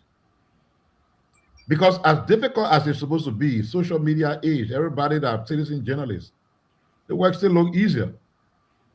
Because you have talking points that are based on facts. When I'm coming from Douala now to come to work, and I was wondering, and you see, the show is not to just sing Kumbaya and Hallelujah to ourselves all the time. Some of the conversations we have to have is, why do we delay our development process when we're supposed to be building roads and things that we say, when the rainy season comes, we can do it? Thank you. How is that happening? Oh. The Japanese have started their work. Now, if you see the road that leads across, especially from Toko Bridge to Freeport, the two sides of the road is divided by some structure in the middle of the road. We broke ground. The next day, the guys started work. It is that structure that they've been removing. As they remove it, is this solid earthwork and apply asphalt in a rainy season. In a rainy season. Yeah. And I questioned one of them since I was driving. I said, so what is going on here? They said, yes, this one that we're doing is the new road in that part of our project, but it is what the cars will be using because the two sides of the roads is totally uprooted and rebuilt at different dimensions. So as to not have traffic problem, we're creating this new road in the middle by removing the objects that were dividing the two roads, so cars will continue to move freely and normally as they do the main road. And at one point, I got down and walked on the quota and I said, this thing is solid. And it's happening during the rainy season. What is the technology that other companies here, for example, that company that is doing the road, I think that you bought the company from Freeport to Simple Bridge. Yeah, that's his company. They drag that road so much until now we're in the rainy season, they folded their hands and nothing happening. But the same rainy season, the same distance from Freeport to Gilbert Tucker Bridge, those guys have built a new road there or building a new road there like they play magic. I hope that opens the eyes of the Ministry of Public Works because, Chief, if you have only dry season to build roads, then you don't have time to make progress. We want to pave the road from Mendekoma to Vanjima, and then from Salaye that was just dedicated to Vanjima. Those stretches of road are not something you would do easily if you only working during the dry season. That's right. So I hope the companies responsible for that are like the Japanese. DNC is the company that is doing this road from Tucker Bridge to Freeport. I hope they can learn something from DNC so that all time you in the state, I know that in your case, your guys snow. Yeah. So when the snow cover the road, it's a different ball game. Yeah. I'm sure if you didn't have snow in America and just about rain, you would build road any season in America. They do in Seattle. Yeah. Because Seattle has a lot of rain. They build road even in the rainy season. Correct. Yeah. So these are my initial comments. Our country, to answer your question, is in a good place. Our progress has been made. Our image is great. I mean, just think about this. Yeah. Since the Trump administration, there have been multiplicity of actions against countries around the world. That's right. In all of those actions, this administration and this country have won the admiration and respect of the Americans. Whether it was to expand visa validity period, or whether it's now that the Americans are demanding to say in 50 countries, for Dwalu to get visa to go to America, if Dwalu were living here, Dwalu have to submit a bond of 20,000. Yeah. Refundable. How many people here will get 20,000? Let me put it in a bond to go to America. What's no man, Maggie. All of the same respect that has been brought here by our people, that people need nowhere around there. Nope. No. How many people would have had a chance to leave from here to visit America if they had to put in a 20,000 bond for tourist visa? If you don't see these kinds of respect that this country now has for the global community, and if it doesn't make you once more a proud Liberian, a person who sees your country or sees your country making progress and wants more respected, then something is not okay. Thank you, Honorable Minister. Liberia is fortunate here. Let me paraphrase the minister here for a second. He said, lives need oxygen to keep the flame going. Our job is to cut the oxygen, and the oxygen will cut. So we'll cut the oxygen and allow it die all day. But we're going to go into the first topic tonight, and we've all been around for a long time, and we know what happened in this country. Let's listen to the former president. Cole, welcome to the show. Before I go up there to you guys. What's your view on the drug issue in Liberia? Well, you know that drugs in a society is not a good thing. So I hope that the government can solve the drugs problem. When we have little drug issue, we solve it. You know, so I mean, I expect the government to do the same. So the translation, are some people coming your way? They say when we have all the drug brand, we smoke it. But a different story over there. Go welcome to the show. What's on your mind? They say you saw the drug brand when you had it. Go welcome. And you find it's a little drugs powder. Yeah. You're muted, God. Go get patient. All right, Yeah. how y'all doing? Y'all all right? Not bad, mama. Yeah, I'm back in Georgia, but two things are on my mind. One, the dumbo I swallowed to Jerry Lemick House in Buchanan. That's the best dumbo I ever had. Oh, you eat breast one says it. What? What? I mean, that was dumbo. It had a goat, all the particles. It was so nice. So I didn't get the opportunity to tell Minister Pierre that I really enjoyed myself at his birthday party. And thank you very much. Also, I what's also on my mind is how coming back. I have to share this because this was the first time my two youngest children have been to Liberia. And the two older ones grew up in Liberia. So the two youngest ones, this is their first time going. And they've heard so many things about Liberia, going and seeing it for themselves. I just wanted to share with everyone their experience. I already told you all the bad thing that happened to the airport. That aside, the children said that Liberia was so much fun and that they observed a lot of things. One of the things they said, everybody always wants to feed you. People always want to give you food. And everybody wants to be your friend.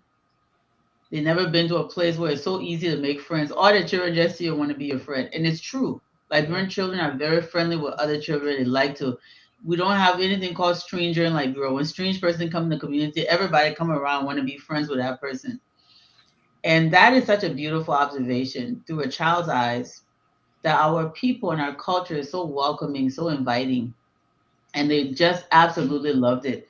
But I do also want to say, Wode Maya said something similar, and he's an adult, right? He said Liberians are so friendly and so welcoming, and once again, everywhere he went, people tried to feed him. Look, Liberia is ready for tourism. If my 8 and 10-year-old sport children that used to all kinds of things can go to Liberia and enjoy themselves and enjoy the scenery and the beauty of the country, with all of their spoiled ways, they did not see anything wrong. I mean, we had conversations, of course, we passed through communities where we saw children selling. We had conversations about that. And that was very, heartbreaking, especially for my 8-year-old. She felt that, that was wrong. And I said, yes, those things are going to get improved. Things are going to get better. And children in Liberia will have better opportunities. I explained to them what President Boyka is doing. They really wanted to meet the president, but they'll meet him when he comes. We can get an opportunity to do that. But they met Minister Pia, they met all kind of big people in Liberia. And they were like, Mommy, why is it so easy to meet all of these people in government? I was like, I said, it's not easy. It's just that. But yeah, they really enjoyed themselves. I just wanted to share that with everybody. Liberia is getting better. President Boyka is doing everything he can to make that country what it's intended to be. And the progress that has been made in such a short amount of time it's an observable phenomenon. It's like science. It's not something we say. It's something we can see and experience. It's tangible. And if I can enjoy Liberia, my children can go to Liberia and they've traveled a lot. So it's not like Liberia is the first place they've ever been outside of their comfort zone, but they loved it. And this is a testament to the administration, to what President Boyka is doing, to what all of these hardworking young and old people in the government are putting together to do. So Liberian people, y'all go home, y'all go visit Liberia. Wode Maya, the Ghanaian boy, say I'm gonna go visit Liberia. Y'all go home, y'all go to Liberia, y'all put seed in the ground. Y'all go do something as beautiful. Thank you.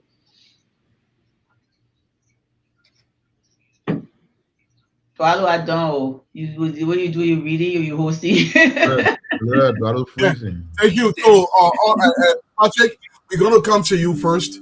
And we gotta get serious a little bit because sometimes we gotta get serious about these things. This is part of literally cutting the oxygen to the lies that are being told in Liberia from the boys from the half line. It hasn't been too long ago. President Boyka just been in power for approximately 2.6 years so far. If somebody gave 2 years, 6 months approximately. Former President Wiase, when he had drug problem in the country and solved the drug problem, I can find videos upon videos to know what drugs were under each administration. Even the CDC party headquarters when they broke it down. Let me ask you directly, Patrick, the man saw the drug right now, you know, bro. So, Dwalu, I want you to cue that particular clip once again and replay just for a few seconds. Just replay. So I want the audience to listen to their former president. It's very important that we do so. Please replay. Let me play. Yeah. What's your view on the drug issue in Liberia? Well, you know that drugs in a society is not a good thing. So I hope that the government can solve the drugs problem. When we have little drug issue, we solve it. You know, so I mean, I expect the government to do the same. Okay, thank you very much. When we had a little drug issue, we solved it. What a mockery to the Liberian people. But I want to begin by talking about the quality of interview that was just held.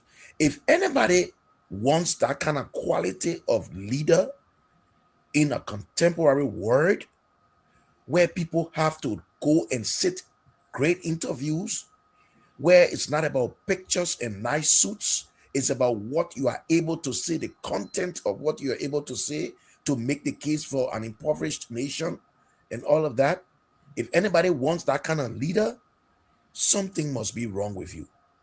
But more than that, let's come on to what he has just said, that he solved the issue. That's a mockery, and everybody knows he's not saying the truth. I'm sorry. He's not saying the truth. Mr. Weah was here, except he solved it by then getting rid on with it. Except that's how he solved it. But I don't know any other way they solve the drug issue. What this administration is dealing with is a surge that was hitting over the period of time. And if you listen to the National Joint Security, they indicated it clearly that the resurging drug saga came up, I think, 2018, 2019 in our country. And Minister Pierre just indicated that.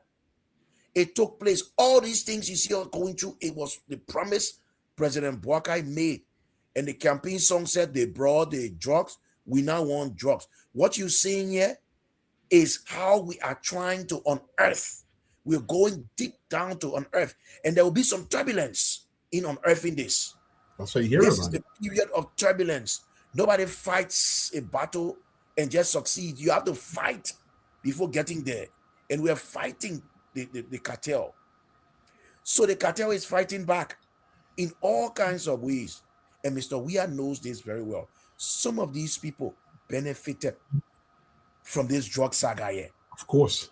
Wait until the government, and I want to believe, this is my personal belief, that if this administration decides to really investigate this, as the police inspector general said in his last interview at the MICAT press briefing, that they are going back to ensure that no stone will be left unturned.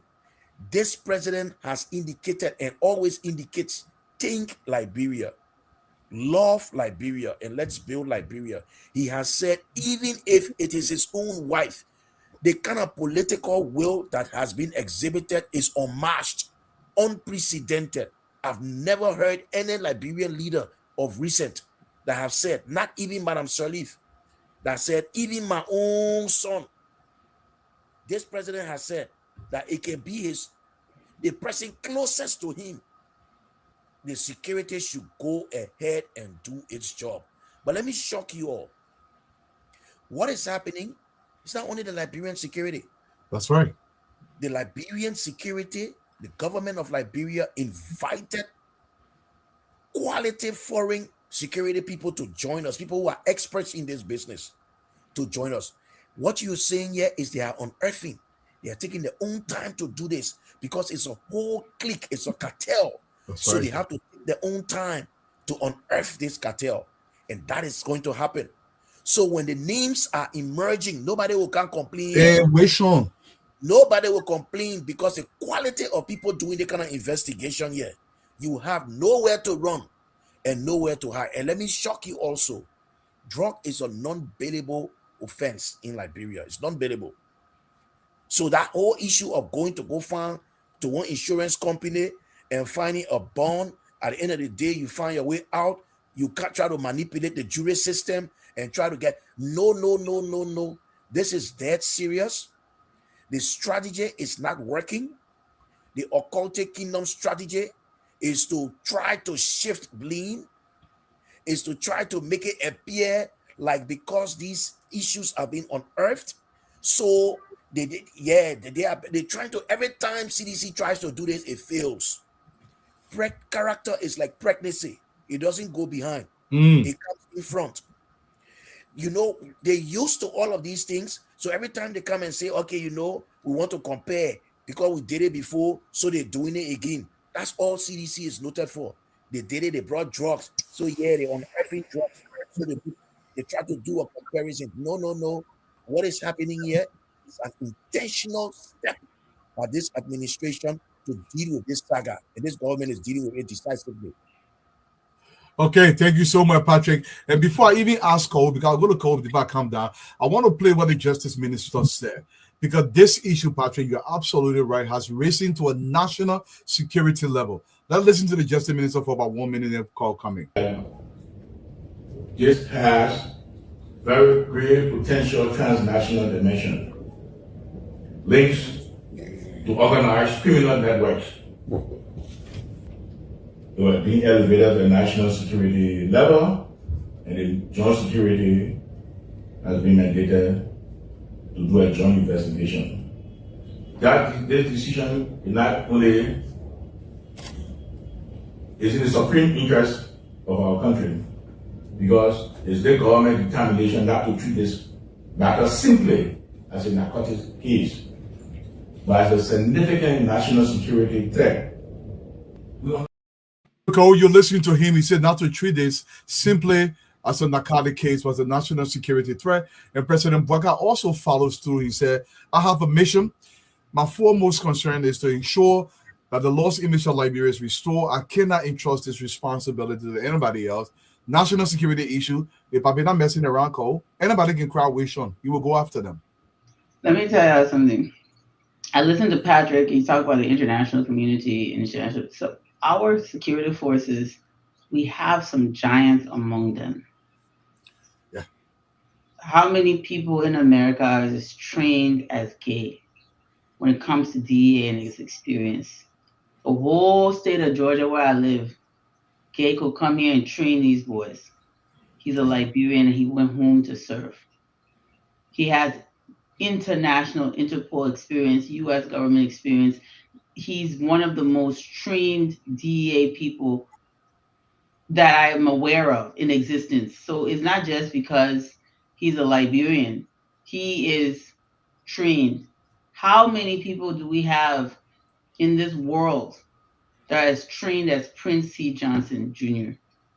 Besides being a second generation military man, the amount of special operations training this man has been through, he is top notch. We got people among people, we got men among the people. So, and then you've got a justice minister who's actually brilliant. He's not a political person, but he's a legal mind, a legal luminary, one of the best lawyers we have in our country. It has been, elevated by the president to the level of justice minister. So while I agree with Patrick, yeah, the international community, well, our people are leading this thing. And they're getting support, financial, technical support, because we have financial constraints and also resource constraints and other things, right? So the cooperation. And also the thing we have to remember, this is a global issue. This is a transnational crime. It's not isolated to us among our population alone. So the international support is not because we don't have competence. It's because, we're resource constrained to be able to handle this investigation on a global scale. So we're calling our partners in because it is a transnational crime.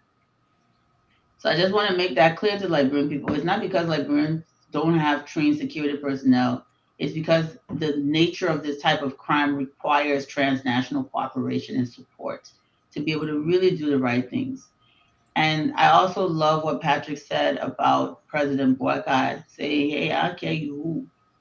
Yeah. We care you who. Look at, we got security people.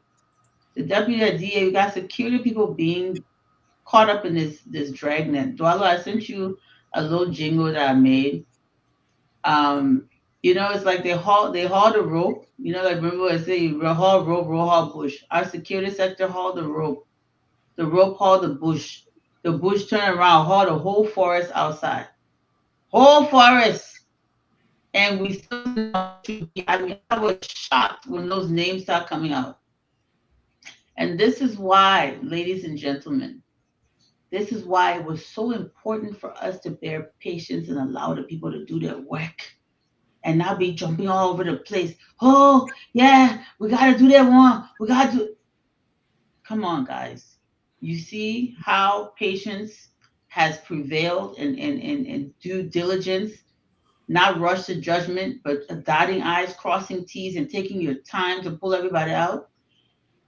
So if they have rushed, the way people, even some of our powerful elected officials were trying to pressure them to rush because it seems to me they never wanted the forest to be hauled outside. That's right. So they wanted them to stop right where they were. Oh, you get pissy at interest. Why y'all can't just convict the people? Because they want to use that rope to haul the bush. They want to get a bush. They will use a bush to haul the forest. Those things take time, and time has prevailed. And those of us who say y'all lead the people that didn't do the work, we have been vindicated. Our security sector, our justice minister, they have been vindicated. I'm glad they didn't listen to the noise and the intimidation of some very powerful people in our country. They focused forward and got done what they need to get done. So if you're a drug dealer and you or a drug trafficker, you aiding and abetting, and you residing in Liberia, they will haul you outside. Everybody will get to know who you are. One by one, they're going down. Go ahead, Dwalo. Oh, simple. And you're right. And because this thing here, there is no sacred cow. The person has said it and it's being manifested through it. But you're right. Because a lot of people were making noise in the country. When you muddy the water in a way where you don't give the investigators time, if it goes to court, it's not going to go anywhere. So the likes of Gabe and Prince C. Johnson, all the security people were being very meticulous because they understood something. We're not going to rush this thing and we fail down the road because the goal is to literally cut the oxygen from the drug cartel in Liberia. And to do it, you got to be very, very calculative about it. Yes. Let me ask you a question. Security work, they're not popularity contests. Thank you. Security work, they're not popularity contests. You're not in a friend business. You're not running for office. Security people are not there to be liked. They're not there for you to be liking them. They're there to do a piece of work. It's technical. And those kinds of jobs, you make enemies, and those enemies sometimes are very powerful and rich and can pay propaganda against you, pay media against you. Yep. But you must continue. Look at what they try to do to the justice minister. Every day you wake up, they're slandering the man. Yeah. They're slandering the IG. They slander people. Yeah. And you're right, Kate. I mean, they're being very. And I know you were coming, but more than that, let me just chip this in. Why aren't we asking this question, my people? We saw a video that was used for propaganda purposes that some of our people believed. Even people in the diaspora, people back home, believed that video the very day, the very night that video was released. It was so two guys, two crowd boys sitting in one corner. They say they got toy guns with them, and they're saying, oh, we're giving 48 hours. How many 48 hours have passed since they made that? We need to hold these people accountable. So the question now is, who released that video? But let me tell you this. The best propaganda must have some content of truth. And they went to do that video. They slipped by giving the ultimatum. Now it was a bad propaganda for them. It has turned against them. Let them come now and achieve their goal. 48 hours now pass. The next 48 hours coming from passing, or the other one coming pass again. It just passing plenty now. For the it just doesn't make sense, Patrick. It really didn't make sense. Everybody knows what's happening. Eventually, I would not be surprised, Abraham, that CDC would say fighting this drug and putting it under control was also the project. Do you think they have that level of shamelessness to claim that, given all the successes that is being associated with the fight against drug? But was it that we are project too, Abraham? Yeah, I I strongly believe that the CDC will be able to say that, because everything that this government have done, they are claiming for them to be their project, but we are not going that route with them. Eduardo, it is shameful, it is disgraceful for us as Liberians, for us to be able to listen to the former president making such a claim, making such a statement that the drugs issue, that they have little drugs issue in Liberia that it was there with, that it was solved. It is laughable. Because we all know in Liberia how that 100 million drugs issue left, how they were able to treat that 100 million drugs issues. But this is what I have to say. This government is a serious-minded people that have been appointed in this government for them to be able to do a piece of job. And that's why that what every day that I will bear my head down on the ground for me to be able to pray, I will always pray for President JMB. Because this will mean well for our country.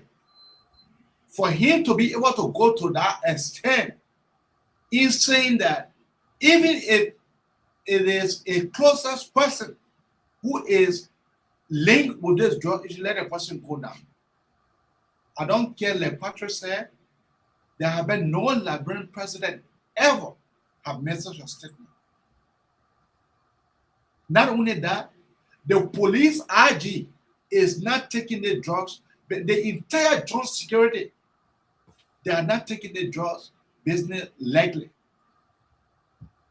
So let the Liberian people patiently wait. Let them wait for the investigation for them to be able to.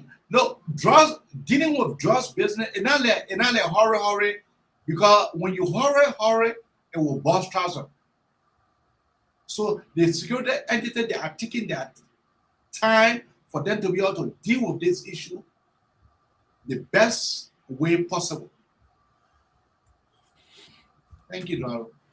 Thank you so much, Minister Pia. I'm gonna let you wrap us up on this topic. President Weah said he fought the drug issue in Liberia. He speaks as though that everybody that was in Liberia, only he says they don't die. That they not no longer in Liberia, they forget what was happening in the country. When our young boys were butting poles in Liberia, if you went into Buchanan, you went into Zwedru, or you went into Ganta, the drug infestation was literally everywhere. There is nothing on the Weah administration that I can point to, whether the bit of rehab or the day anything institutionally to address the drug issue in the country, but yet and still former President Weah want us to believe that he did fight drugs in the country. Is there any truth to this? But Walu, the former president and his people defeated that very argument that he's raising. Did you pay attention to the campaign? When the CDC launched their campaign with regards to drugs, there was a major event that was part of that campaign. You didn't pay attention to it? They dressed a group of people in their regalia, whether real or false. They had some things wrapped that they were smoking, and they were chanting as a part of the campaign launch. We won Coach. That video is there, you can find it. Yeah. We won Coach, all dressed in long gown, like people going to pray. But at the same time, you holding thing in your hand, you say, we won Coach. This was a crisis in the country. Everybody was talking about Coach and the impact and how destructive it was. And a party that was seeking re-election authorized and allowed people to form part of their parade, behaving that they're smoking and saying, we want this drug, let's say we want cocaine, we want coke, we want this. How did that resemble a party that had issue with drugs? In other words, they were giving validation, they were giving approbation that drug was a good thing and therefore they wanted it.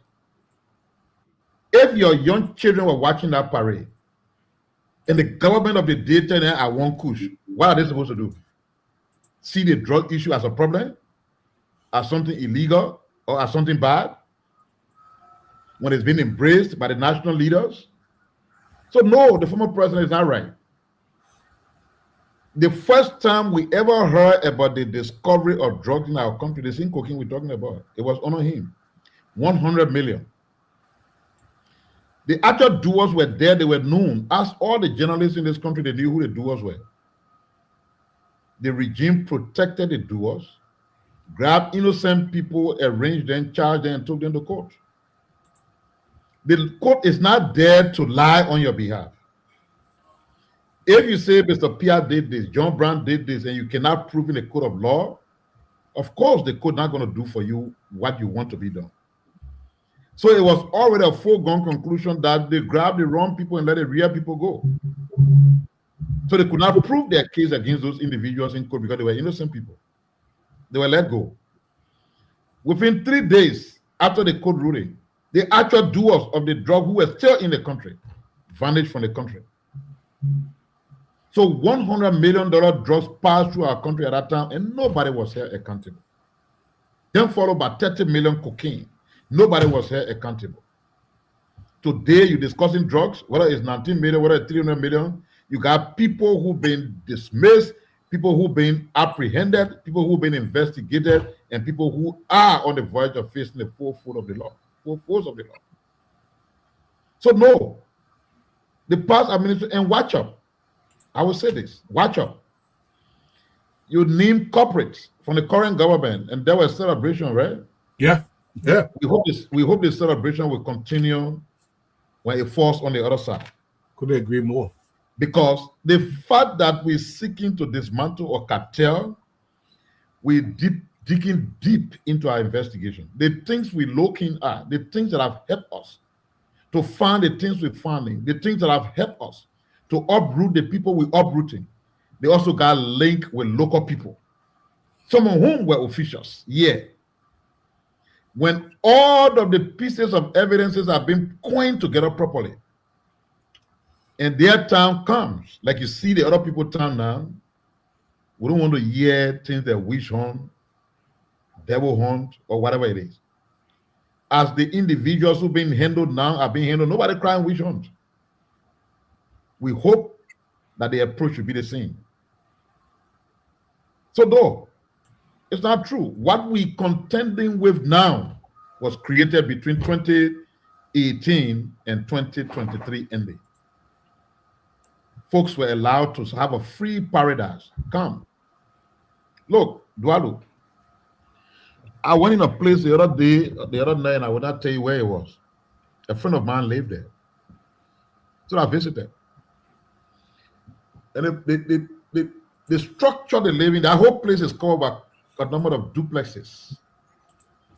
And the person living in one of the duplexes with 3 rooms. Several of those compartments in one huge building, then several of those buildings are there. And the person said, this place has been turned residential now, but at that time it was a hotel. It was being handled as a hotel. Right before 3 more additional duplexes were being erected. As of the time the administration time ended, they couldn't continue with those. Nope. Now think about it. No matter how people want to steal, how corrupt people want to be, that kind of money was not coming from if the person running one office, that money they were stealing from there. That kind of money not there to steal from it. Yep. It was the institutionalized drugs business that were enabling somebody who had their hands in it to have access to unlimited cash, and they could decide to do anything they want to do with it. Even minister proper in any serious administration here cannot build one of those duplexes that will talk about 5 or 6 in one place. Those were clear signs on the wall that drugs were here, and people were making drug money. That's right. Period. Because look at this thing, Dwalu. You called 317 million. They agree you have 25 facilitators on the ground, in addition to their foreign actors. Maybe the facilitator, if they get work, minister they pay $4,000. It's no secret. It's a public information.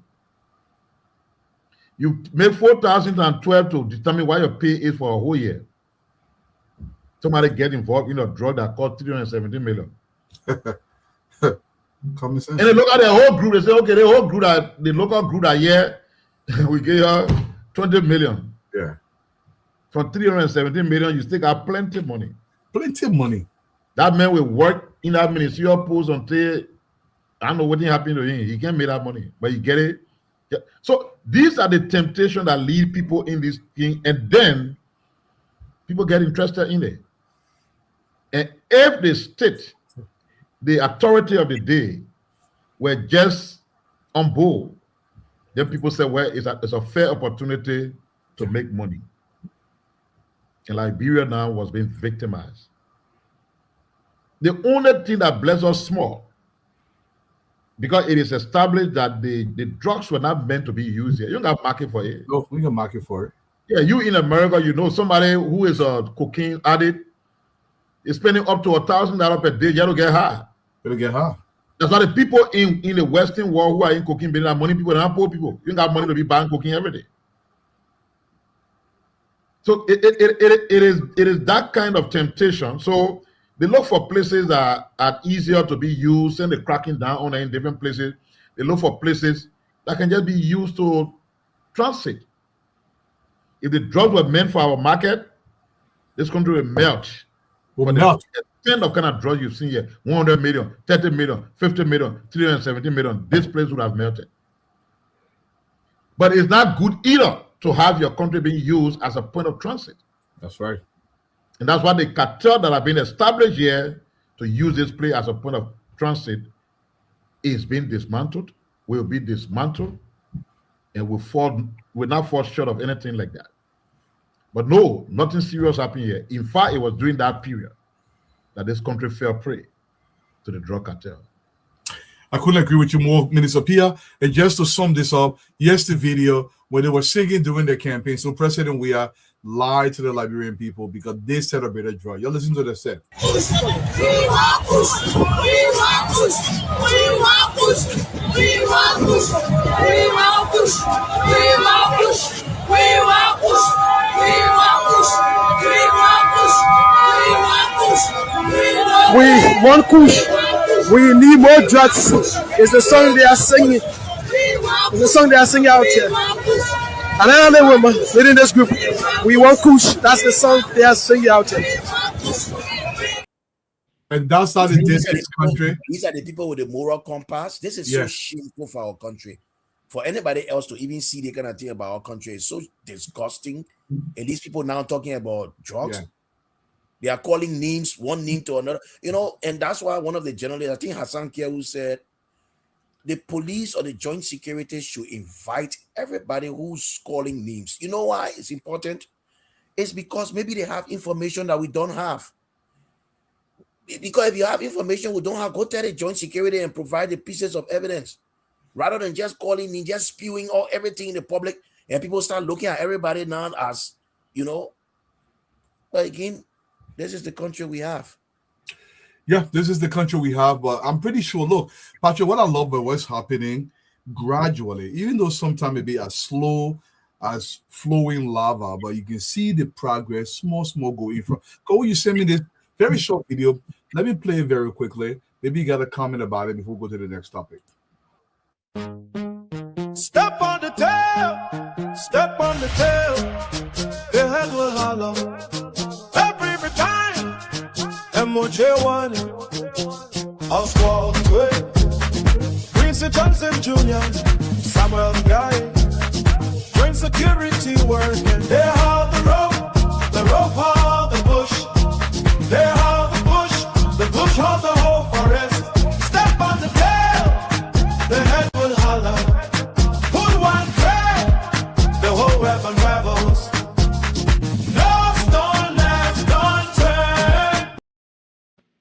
No stone left unturned. Call, get a comment on this video because this is very important. So you step on the tail, the head will holler. When you step on the tail, the head will holler. Yeah. They stepped on the tail. Big heads started hollering all around the place. Causing noise. I mean, big heads, big ones were hollering. It was scary. Because I mean, that's how we grew up. We understood that, you know, when you get a little guy, the big guys that empower to send the little guys will be the ones that's how you smoke them out. Yeah. Sometimes the little guy doesn't even need to snitch. Nope. That's how you smoke them out. You step on the tail, the head will holler. It's easy to get a tail. But when you get a tail, you step on that tail. The people who backing that tail, they will expose themselves.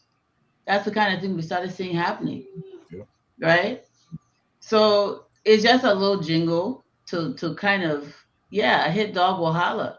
Yeah. You step on the tail, the head will holler. It's the same kind of parable, Kate. Uh, idioms. Let me tell you something.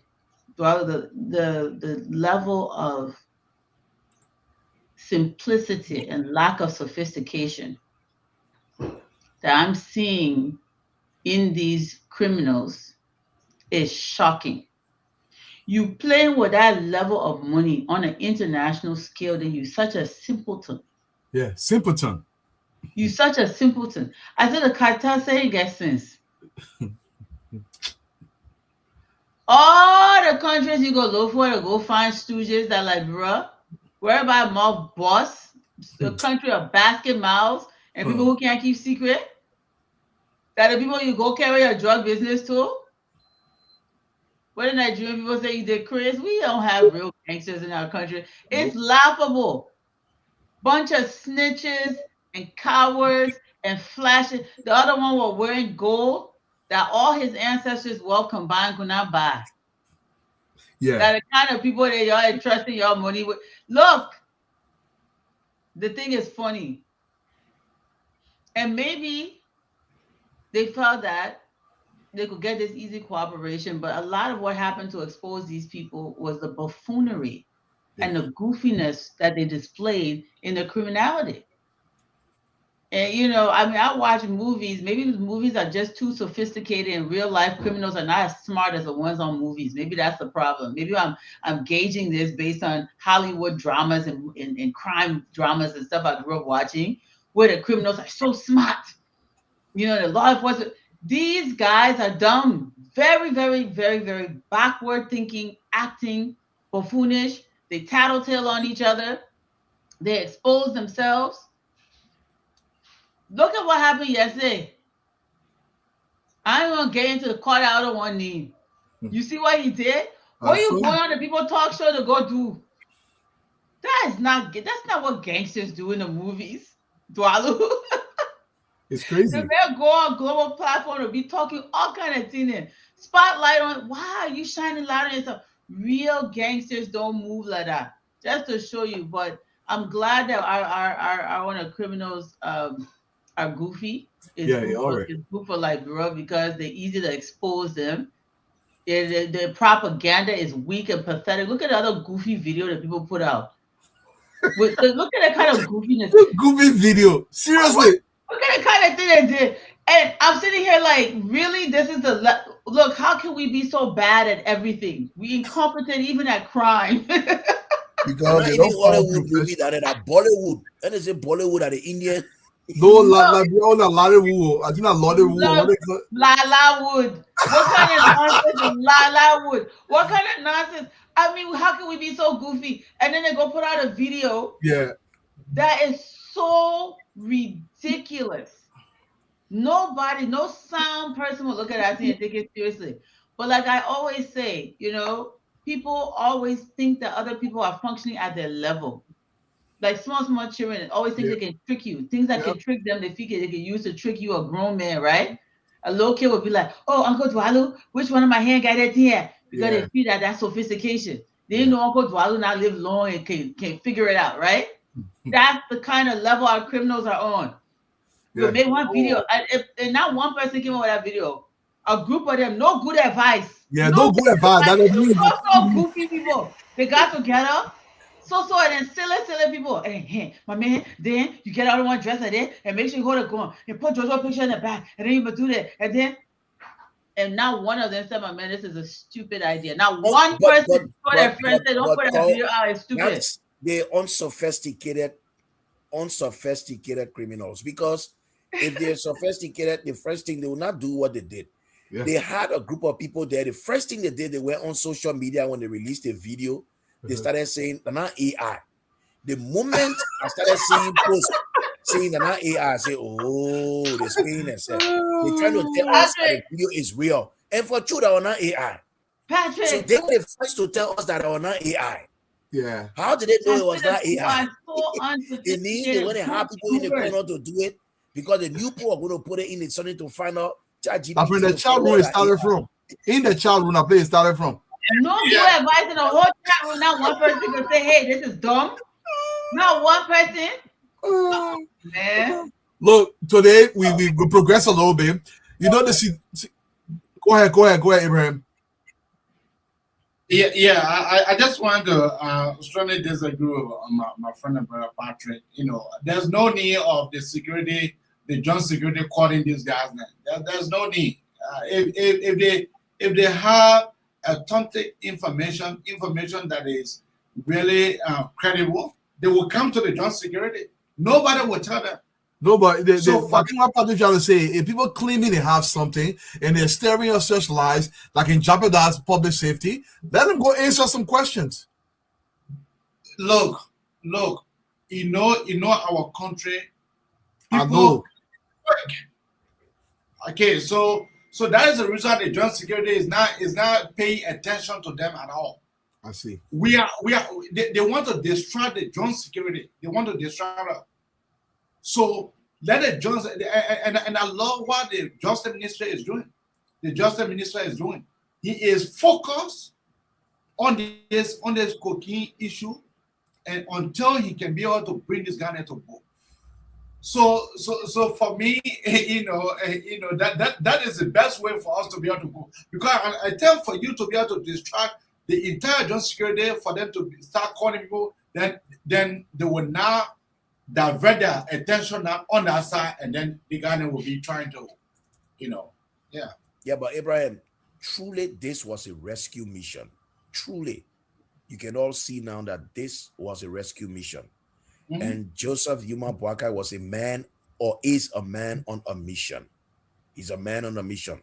Some of you wouldn't see this now, but don't be one of those who years after to come and start telling us, start crying here, telling us if we had known, or yeah, JMB were really doing well, or don't be that kind of person. See the effort this man is applying to unearth this menace. Look at how entrenched this thing was. They say these people used to carry these things in containers. In containers, the police inspector general said they used to take it away from here, getting money. You wait when they start calling some names. Some of you think this is over. No. Unfortunately, some of our security people got lured. No, when lured is not the word. Yeah. They joined, they got carried away and got themselves entangled into all of it. They will pay for it. That's They right. will pay for it. But Look, at the end of the day, they you know what people else do can the make job. criminals sloppy? You know what else can make criminals sloppy? Arrogance. Arrogance. They were arrogant. They felt they were on top of the world. They got very sloppy with their behavior. They having conversations on cell phones, talking all kind of bad things. They felt they were on top of the world. They control the country. They still think that they've gotten away with something. Some of them.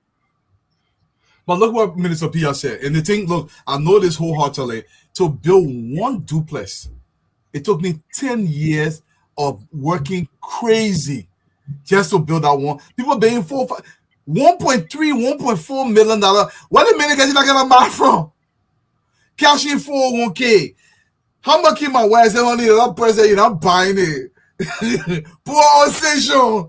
Yeah. That noise. Like when the boy just buying, building it out. Cole, what's happening in Grand Gita County? You got something to say, Cole, before I go to Grand Gita County very quickly? Just very fast. It's not just about buying things and building things. It's what you buy. What I've noticed is criminally or illegally got wealth is usually squandered in the most gaudy and ugly and tacky way. That's true. Right? You didn't earn the money and you waste it. You build mausoleum for body. Hey. I'm not saying Yeah, those are the kind of things you do when you have money you earn. That's You true. you build color building in. Yeah. Gaudy, tacky things when you Yeah. get money you earn, Yeah. right? And it's true. You see that, yeah, somebody wearing 17 gold chain around here. Then what kind of low you put around there? What you doing here around? Father, So we were growing up and children in the country, now it was. You always knew the bad guys by how gaudy and tacky they were. You see tacky. what happened in Grand Gita? Oh, You hear the well, news? well, in Great What Gita, is that if you news look, in Grand Gita? Let's go to it, Dwalo. if you look on the screen, you know, the one thing I love what's happening in Grand Gita. I want people about not only your opening. Wow, the chairman for Grand Gita County just resigned, but it's not the resignation that is laughable. It's the letter he wrote about his resignation, and I'm going to try to read it very quickly and very very quickly so you guys can come and laugh along with us because look, it will happen all around Liberia. The man said, "Dear Mr. Cowell, I bring you good greetings from the peak of Jida Mountain. With reference to chapter blah blah blah. I don't want that. Furthermore, my decision to divorce the CDC, they meant divorcing it, you know, it's jobbing it. My decision to divorce the CDC is being catalyzed by the refusal of my former party, the CDC, to embark on any of the promises that were made by George Manuel Weah during the overnight visit to Grand Gita County on the 21st of February 2021. Some of those promises the former president William refused to accomplish. These are the promises he made to the people, and then he came back to say what President Baka has done for Grand Gita. Number one, he promised the renovation of the Alberti White Sports Pitch. He never did that. He promised the beautification of Zweju City Hall. He never did that. He promised the construction of the Elam Chapel AG Church. He never did that. He promised the construction of Tima Town Market. He never did that. He promised the renovation of Zweju Multilateral High School basketball court. He never did that. He promised the modernization of Smile FM building. He never did that. But he said the man that we did not vote for, President Baga, that we never voted for, this is what President Baga had done for us. So far, he said President Baga has come. There has been expansion of electricity to the town and villages. The maintenance of the road between Grand Gita and Nima County. It is a reality today. They can travel during the rainy season. The provision of 16 pieces of earth moving machines. The inclusion of voluntary teachers on the payroll. The timely payment of salary. The renovation or timely construction of material to public schools across Grand Gita. The construction of Mali Student Center at Grand Gita University. The timely disbursement of budgetary allotment to public sector in Grand Gita County. He said the entire Grand Gita County under President Boakai is being improved compared to the man they voted for. And he, as a Grand Gita, cannot stand to be a part of a party that lied to the people of Grand Gita County when the man that they did not vote for doing everything that the people of Grand Gita want. Patrick, let me come to you. The people in that region are realizing that the country must come far above an individual. And I believe it's a great day for Liberia, Patrick. Well, and he cataloged it so well. I wouldn't have done that. I mean, the fact that he named exactly what President Boakai has done for Grand Gita. Here is the point. Since 2005, the Grand Gitans have, like a proverbial ostrich, buried their heads in the soil, you know, to support Mr. Weah, because for them, that was their choice, or that is their choice. But at the end of the day, the scale has started being removed from their eyes. The beret just dropped from that man's head. So he has now seen, just yesterday he didn't see it. Today he's seen what President Joseph Yuma Boakai has done. He didn't even talk about the reburial of Samuel Doe and Nancy Doe there in Grand Gita County, the dignified burial of the only the leader of Grand Gita County, president of Grand Gita County, Samuel Doe in Grand Gita. But let me also say what was even comical to me was when Mr. Weah declared his intention. D. Maswell Kimia, who fighting a corruption case in court, who wore a big Dogafled big Dogafled suit during our inauguration. Man, He don't said make he me get one funny, party man. they Just call. go ahead. Don't make me He said funny. he get one party they call Move. He was the first person, seconds after, I didn't even say minutes, seconds after D. Maswell they beat Dogafled Jukuju suit, say we move indoors, Mr. Weah. Isn't that funny? You with Mr. We are every day.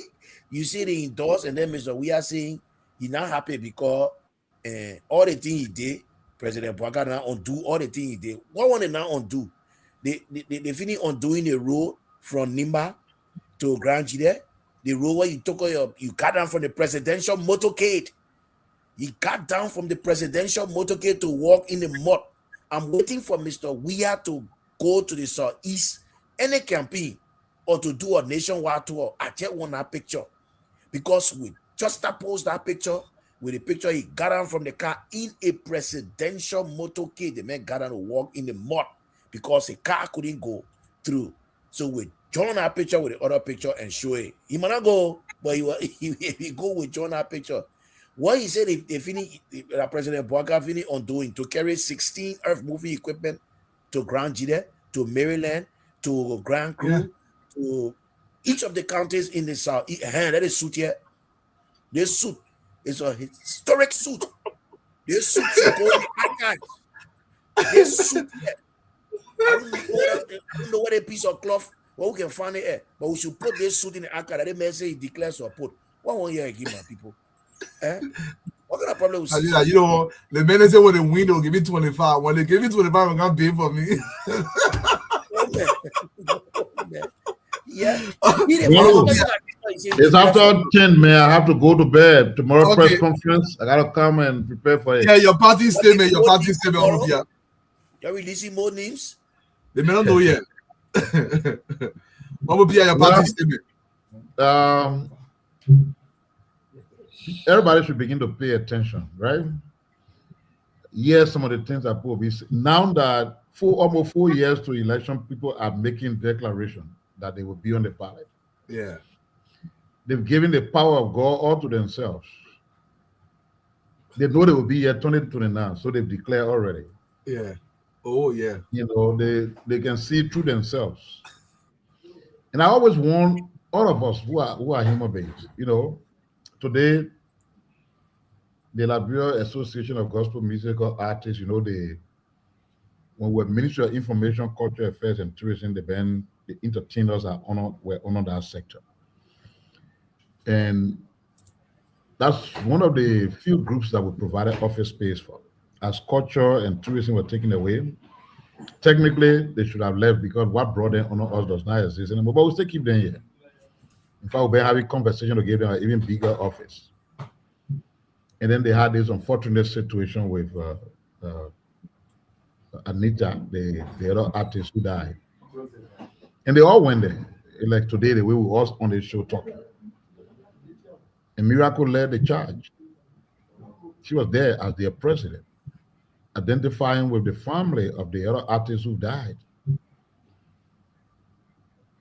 Very well. She was singing, active, dancing. No, she was stronger. Very, very energetic she was. And they ended. But the next day, that brilliant, smart musician, full of so much energy, just exhibited the day before, was in the hearse being taken to St. Moses.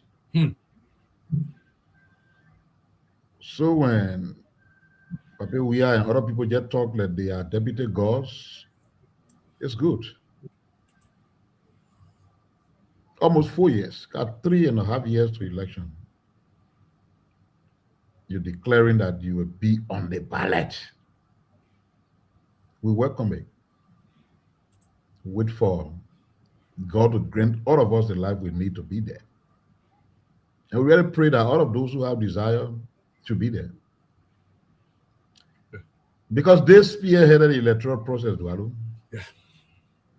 And the over 250,000 votes they were flocked with did not manifest, thereby giving them a false impression of themselves. Yeah. That this country just split in the middle. Yeah, that's it. 70,000 votes. It's a fair opportunity to beat somebody in the market door in a way that first round, the mark that it would create, like the Bible talk about the mark of the beast, will remain part of their political being until God calls all of us. That massive defeat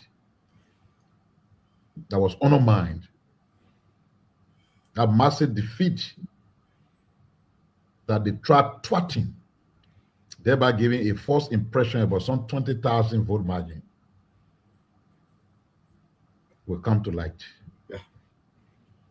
Because the beating that they will get, that the one that can take cow from here to Guinea. Your good night. Good night. The minister, they will call the team tonight and say it's ready, you know. But anyway, the minister's king, you're like Kowski. By the way, guys, look, the agriculture minister spoke today, and something happens in the country, Patrick. I want us to talk about it before we go to the phone line. Let's listen to the agriculture minister before we'll go up to Kowe and we'll come downstairs to my brother Abraham. I know what Abraham spoke on that topic. Let's listen to the agriculture minister. This is the problem that we have. 2024, we came here and said, okay, we will support all the farmers to grow rice. If you travel on the main road, you see, we develop all the swamp on the road. With the hope that the first year investment will motivate you to come buy grow on your own. Yep. For every hectare, we're giving them $1,000 to develop it. From there, we were giving them the fertilizer, the seed rice, and everything for them to grow on their own. 2024 came and passed. 2025, they expected me to get them the same money again to go do it. They didn't do anything. You see, if you do it that way, then for me, it's a problem. The government puts money in there. That's the one with the sea rice, but y'all gotta do double because this one, I don't want to leave it all today. It is just to cover both very briefly. This is happening in Liberia. They call it black and brown top. The young boys are taking this stuff and they're literally fainting. It's like what are you going to call it? Energy drink on steroid. They're taking it and quote unquote is supposed to, I don't know, strengthen the man who gave them longevity in bed. If there's a better euphemistic way to put this, but I don't know who's bringing this stuff to the country, Patrick, or how they're going to regulate this stuff. Even the children are taking this stuff, and it's causing problems across the country. In the agricultural sector, as explained by the minister, called, they gave the farmers $1,000, but they're not. I don't know whether the agriculture ministry is following this. By the time the next year come along, the people just stop the farming. They're expecting another $1,000, but they have not turned the other $1,000 around. Any advice or any way that we should approach this to make sure the money is turned around for the benefit of the country? And if you can comment on this brown top Nigerian are drinking in the country, I don't know where it's coming from. So no country has ever gotten itself out of poverty by having a majority of the population tied to the soil farming. That's just a fact. So the way people are producing food in 2026 is mass scale industrial agriculture. I don't know why we're still trying to give people little farm loans and give people little money. The majority of human beings on the planet are not business people. No.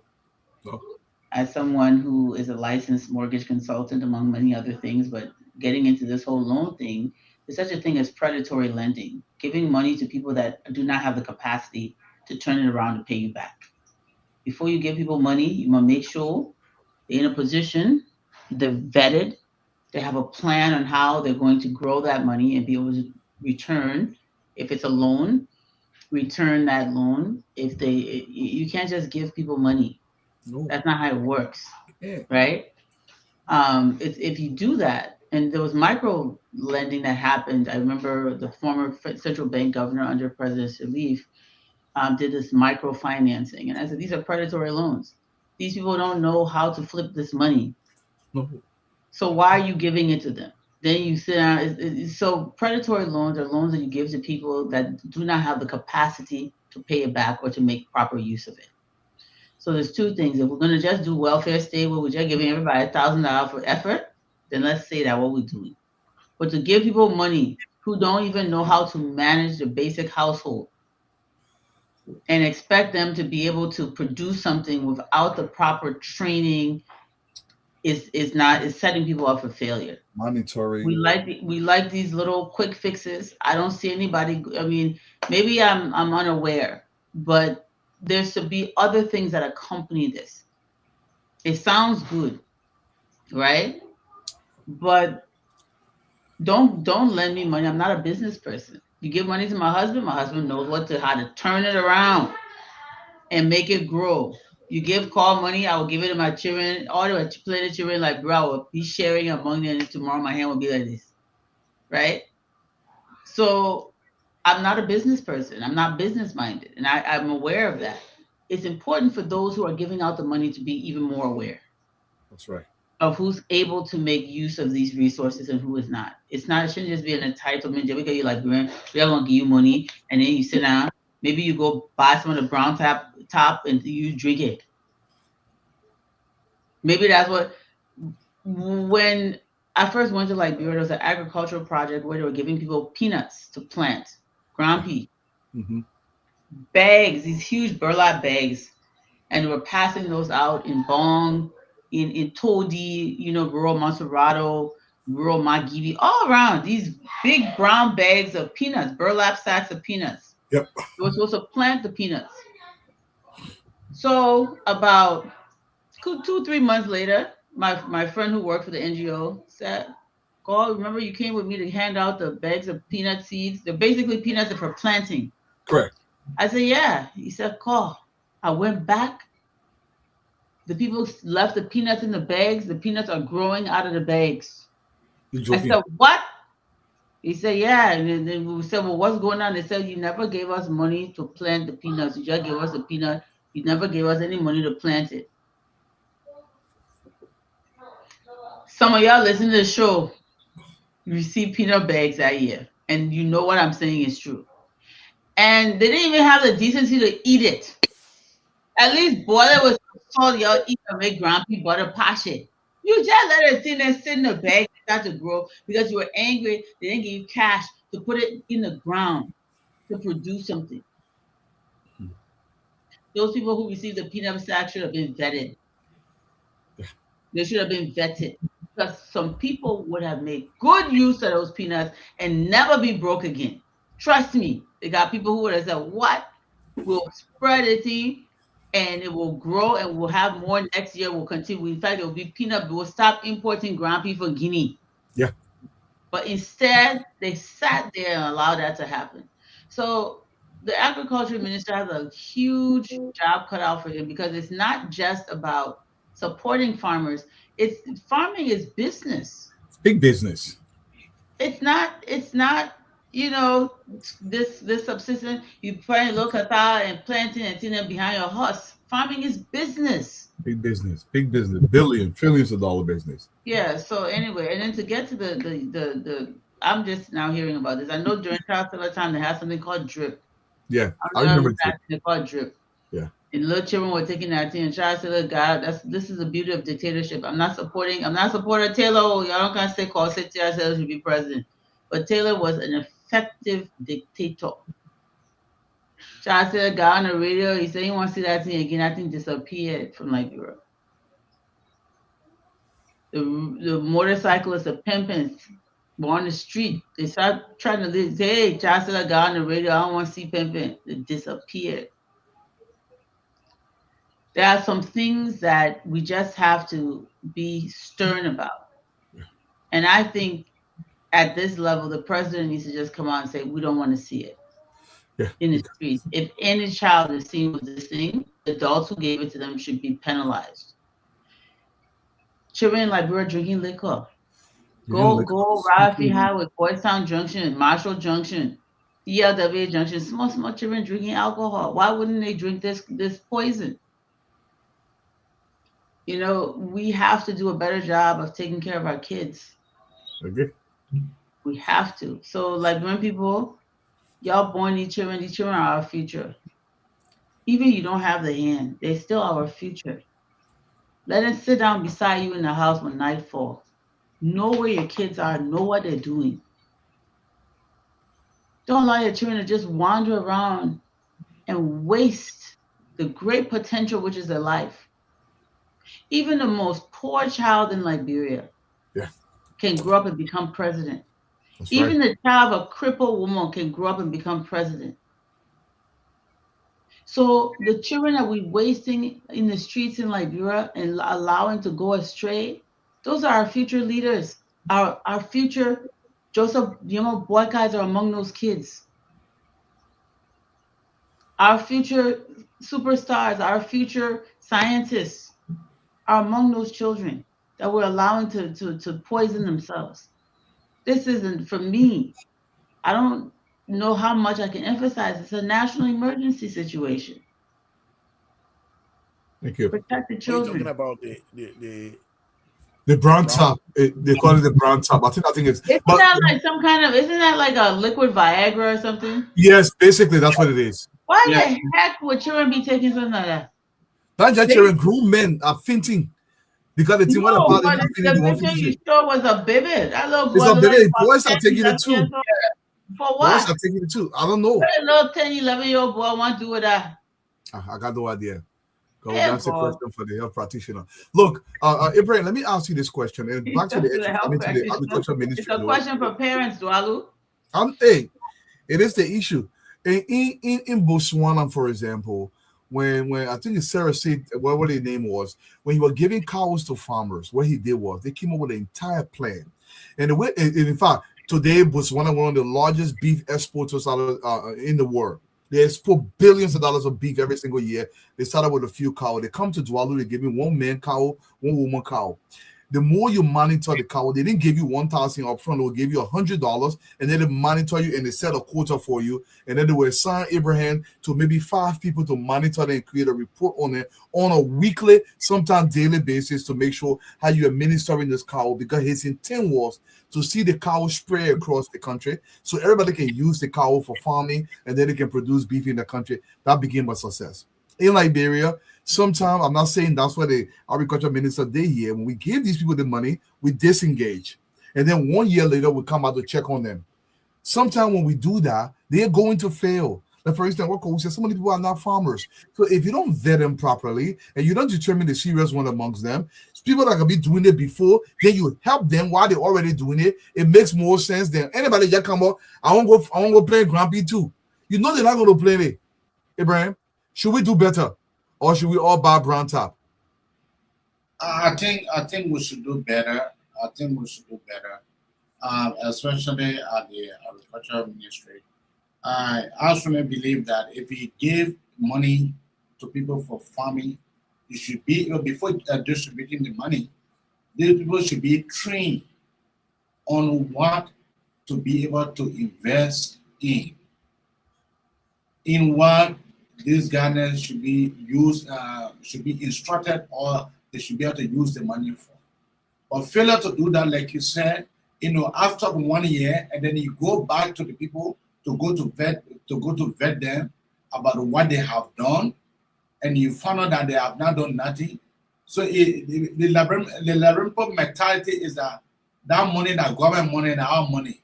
So we just eat it, we'll sit down, nothing will be done.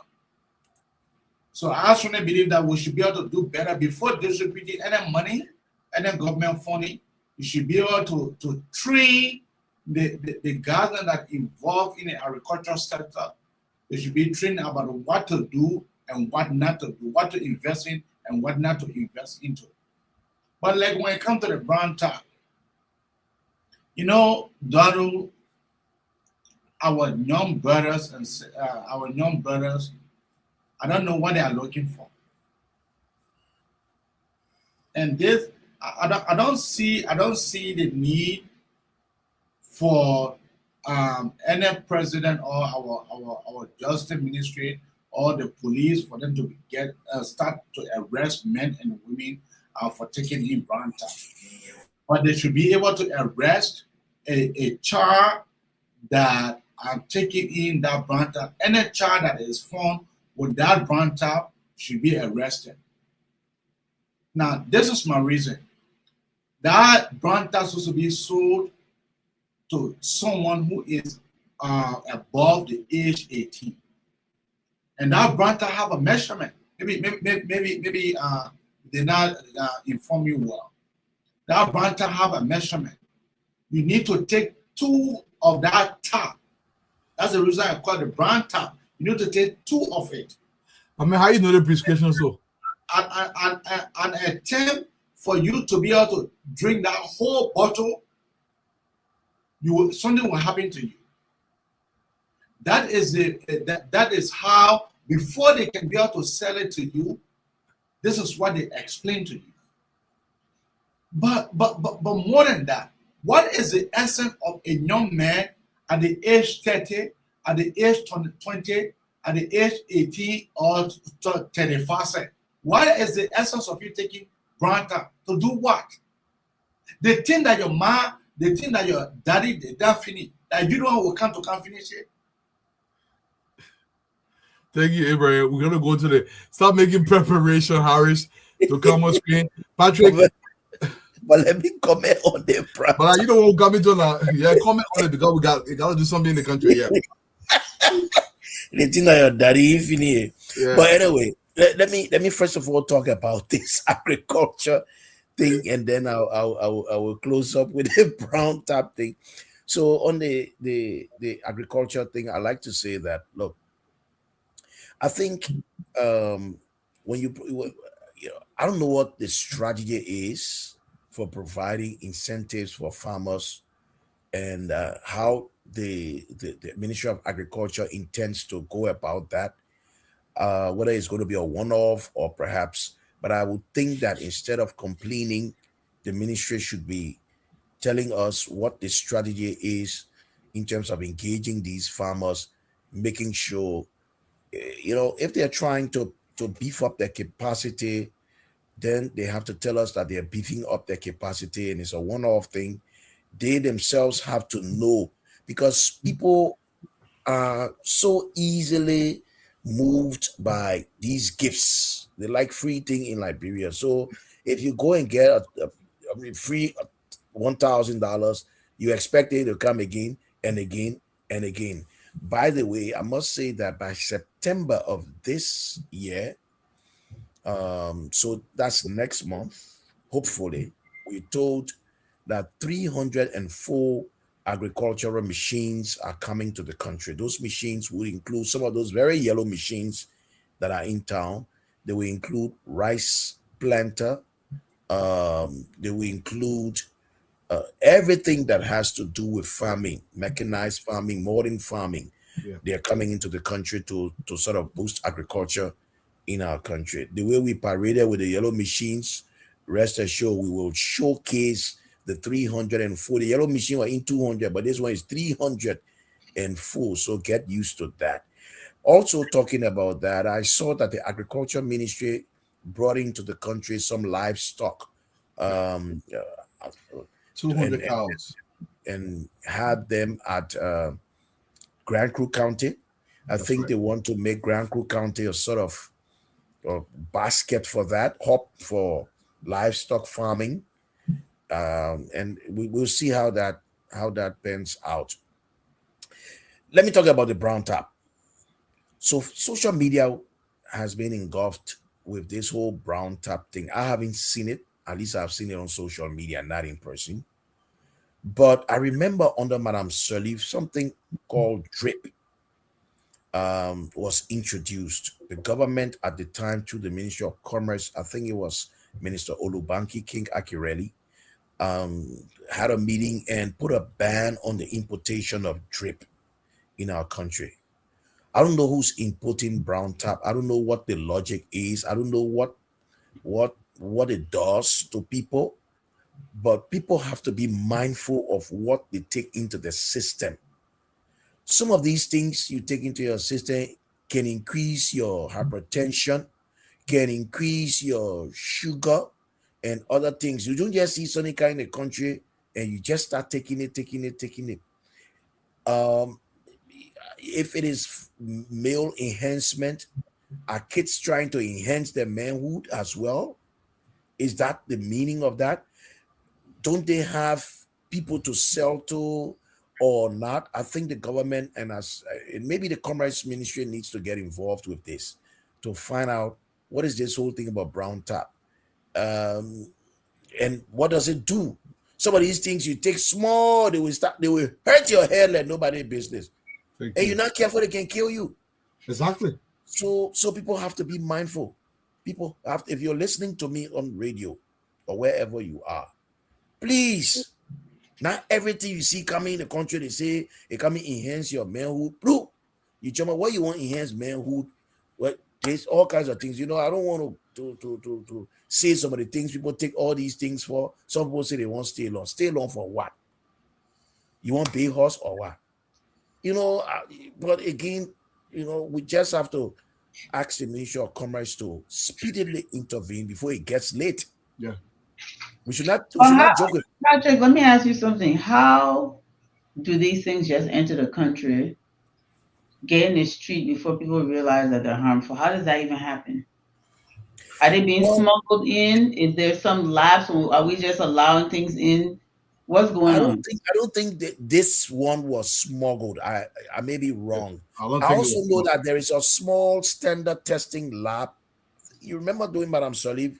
That testing lab started off a small standard testing lab that they can use to test some of these things, to be able to understand what is this all about.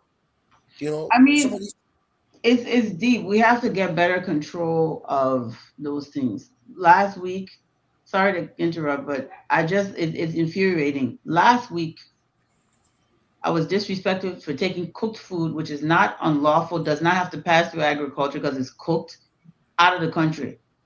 Woman insulted me and shouted at me in front of my children. But somebody can bring brown top into the country and it be wasting in the streets. People can bring these things. Patrick, how? How are we overdoing it on one side and not doing it at all on the other side? What's going on? We haven't had the Minister of Commerce coming here. This is one reason why we need to get the Minister of Commerce, so that, and this brown tap thing, instead of us just glossing over it, I think we need to delve, because it's just a surface of the real problem. The real problem is we have to figure out what is coming to the country and how it's coming to That's the the country. point. So we need to get the Minister of Commerce to come here and tell us. Look how somebody say brown top people. Most of the people, I don't know. Let me tell you something. Brown top, I don't really understand why our society takes these kind of things for joke. People take things and they get a heart attack and they die because their body can't handle it. This stuff is not funny. These things, deadly things.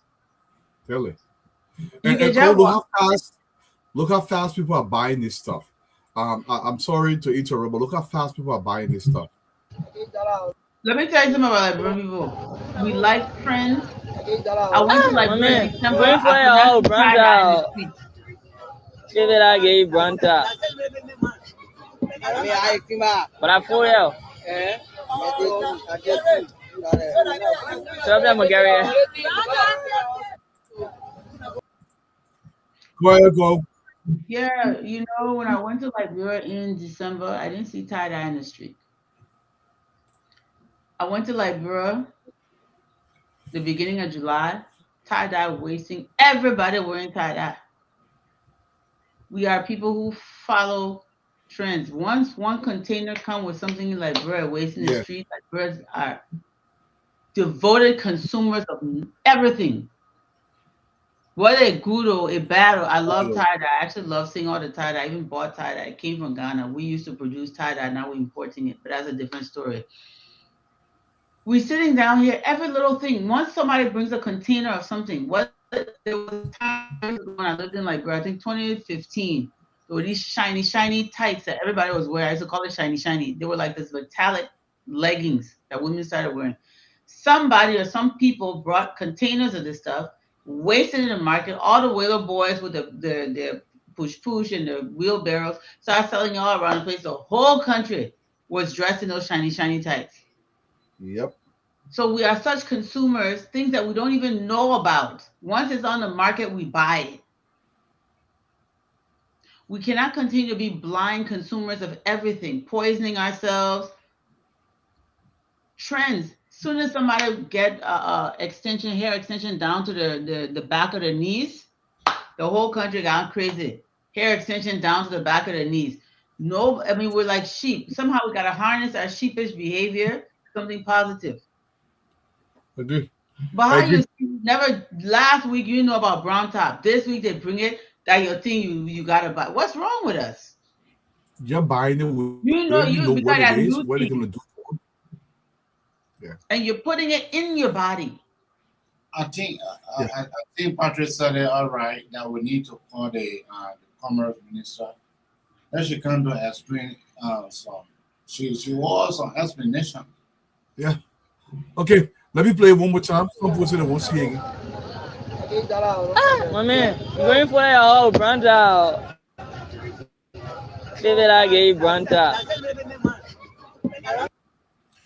And the thing is so cheap too, it doesn't even make sense. Thank you so much for popping in here, Harris. Before we go to the phone line. Somebody said producing number. I wouldn't be surprised. But they don't produce that thing anywhere. People looking for stuff.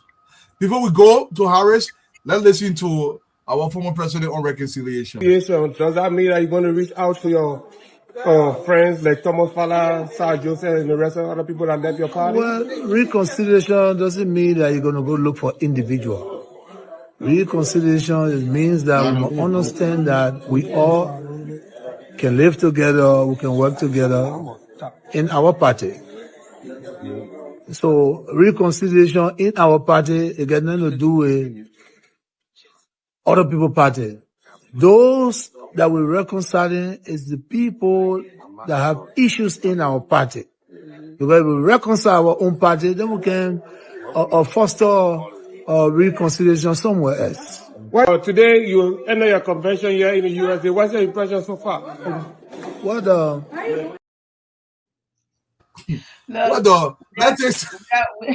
We are so funny. The Brumby said, people said, he said, hell no, I'm not reconciling with old people. Let me translate for you.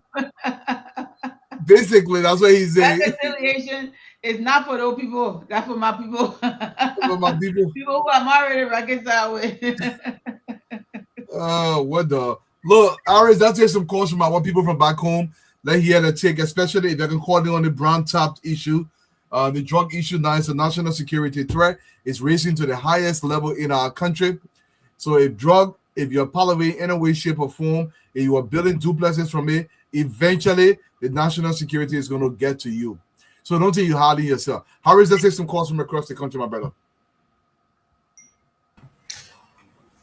Okay, so we'll go to the lines and take your calls tonight. 0778 665699 0880561 0776-293-620. I read the number once again, 0778-665-699 0880561 077-629-3620. This president, good evening. Thanks for joining us. Good evening, Harris, and good evening to Tualu and the rest of the panelists. Go ahead. My name is Jay Linomba, a member of the Forgetting Rescue, and I joined constitution number 6. Let me say thank you to the panelists for all of the discussion points tonight. And I also want to say thank you to you, Harris.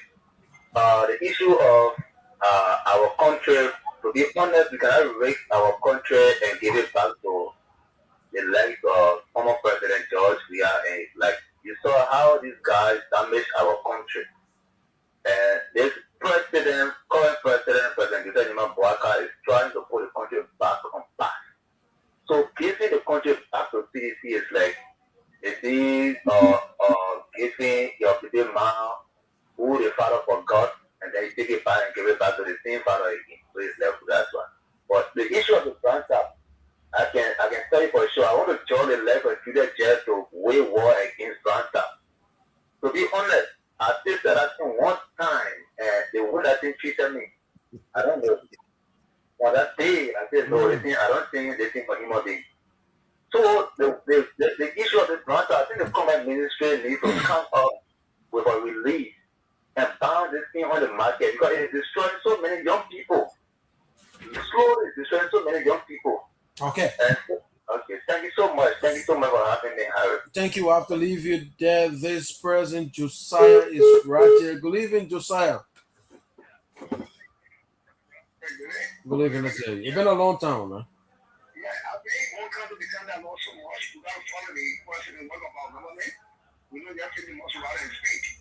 Go ahead.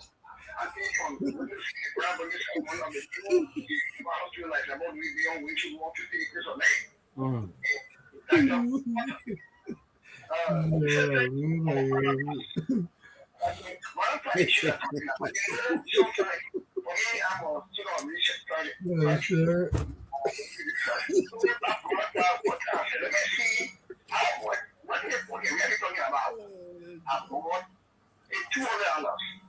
You know, I put that just on my tune. I think I made a more than that. I don't know. I didn't say that. I said, is this how this thing looks like? People talking about it. You know, sometimes like Sister who says, it's happening in our culture, never about English. So why they just don't read? We don't kids to know the positive and negative effects about these things. Because we see people doing that. All of that showing in it. Because we want to see for ourselves. We don't even know the effect of it. But let me say thanks to the government. They can look into that direction and try to take serious measures as compared to the drug issue. Let me say quickly thank you to our government and the president of Nigeria. Okay. Enough of spending police and disabilities of people for the level in which they handle the drug issue, taking bribe and what have you. No, we are members of the United Party Electoral Bureau. We are here to support the government and spread the good news as we are doing on the radio. And we will support our president and our government in after the right directions and try the wrong things that will affect this country. Thank you, Josiah. We have to leave you. So many calls this pressing. Good evening. Good evening, Harry. Good evening. Let's hear you. Let me say half of the rest of the panelists. My name is Lincoln. Lincoln T. Lincoln, call from TV in Montreal, a member of the You know, I listened to former President Weah talking about his coming back. He will be a face to be on his ballot. President Weah, if I were you, I would not even think about politics because one of your chairmen in India has just resigned. So I don't know what would be your stronghold this time around in 2029.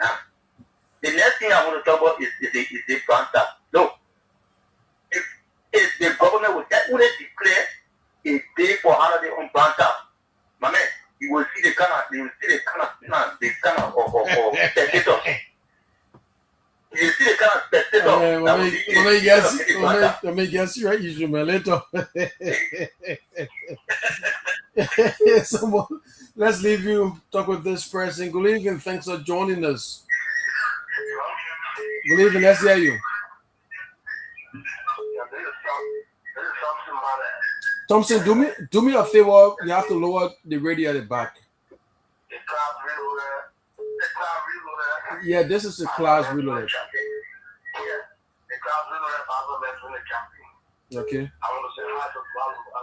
Have you? I've been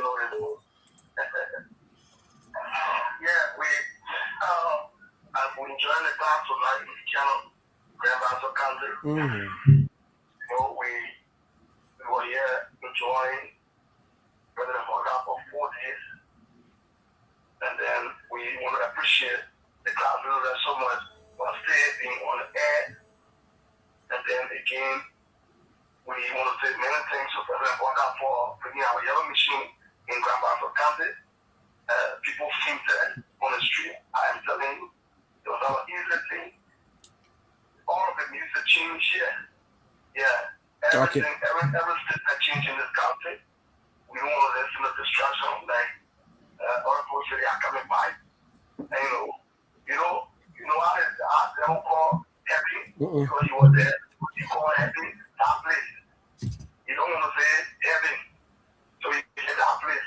So I don't want to call other people happy. I don't have it. Other people say they want to come by. So I don't want to get them greeted. Okay. With the issue of brand tax. Is brown tie in Buchanan? Brown tie, somebody that made it of taking brown tie here and he killed his girlfriend on Kofi. And that is a serious issue in the car. I think it's in prison right now. Penny, court hearing and all kind of thing. And I think I practically heard that they come from Kabasa. Okay. So I'm my word. Yeah, you left the line. We'll have to leave you right there. This person, good evening. Thanks for joining us. Hello? Yeah, good evening. Good evening. Let's hear you. Thank you. And then remit Thomas F. Josiah calling for Johnson with presentation about the Moscow County. Yeah, but let me appreciate the panel on the show for the talking point even concerning about our nation.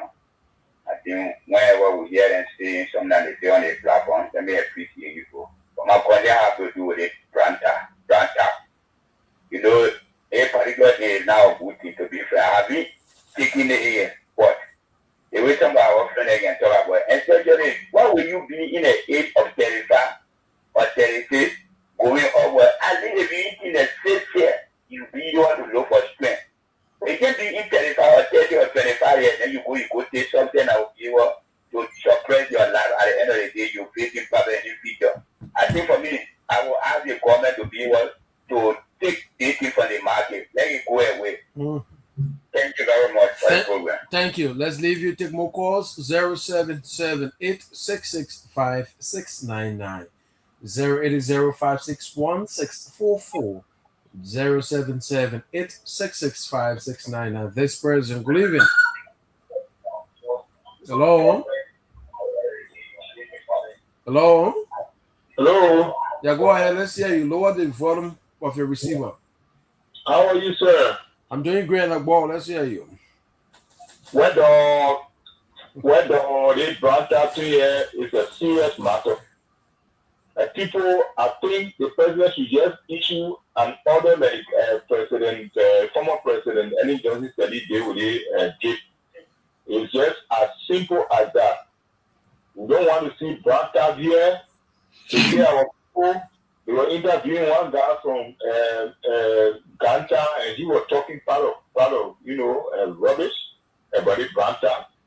Whether again the agriculture ministry, I think the reason why they have extension officers in the ministry is to be able to guide the people in the field as to how to go about, sending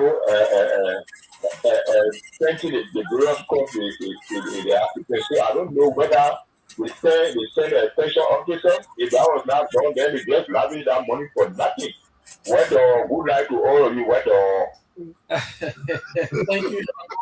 And let's leave you 0778-665-699. 080-561-644. 077-6293-620. This person, good evening. Good evening. Let's hear you. Thank you. My name is Emmanuel Cody, and I join you from a known union Babin 7 at District 13. Go ahead. Thank you. I mean, I appreciate it when I got on the show for a talking point. My concern has been on the 18 Granta issue. I think the government will have to run into ban a Granta. Because anywhere you go, you just put the 7 Granta, and Granta is causing trouble around. Even the female nature, they will not complain. And I found the news today that people in court in Nima County for Granta in it. And then socially made the equal plus on the female and the 20 having the war. They could back. I think the government needs to come in and see how best to ban a Granta for the market. Or it will not be easy. So, female will protest and the government ban a Granta. Take 2 more calls. Thanks for calling. We'll take at least 2 calls, then we call it a day from this. And this person is part of the 2. Good evening. Thanks for joining us. Let's hear you, Paco. Paco, the to all my cook family people who shopping for the country to put a question about to you all. And could eat or Uncle Jacob who call it, the party of people to invest in it, they console it. They are called Uncle Jacob. Now, I want for other people to do the call with the party in the national people. And you are all your day, I want to our Uncle Jacob there for the labor ministry. He called for policy, but he called to see or to drill a part to all. They start coming. We can tell them our case, our community that did not come in Paco, you see us. Give the stand of real estate, give the stand of Great Good, give the stand of Great Gita, give the stand of Paco, give the stand of Ruachi, give the stand of Maryland, give the stand of Grandfather. They are great, our 15 countries. You are there, our resource, what is doing? Our president before the form, what is doing? See what the woman doing today. 12 minutes of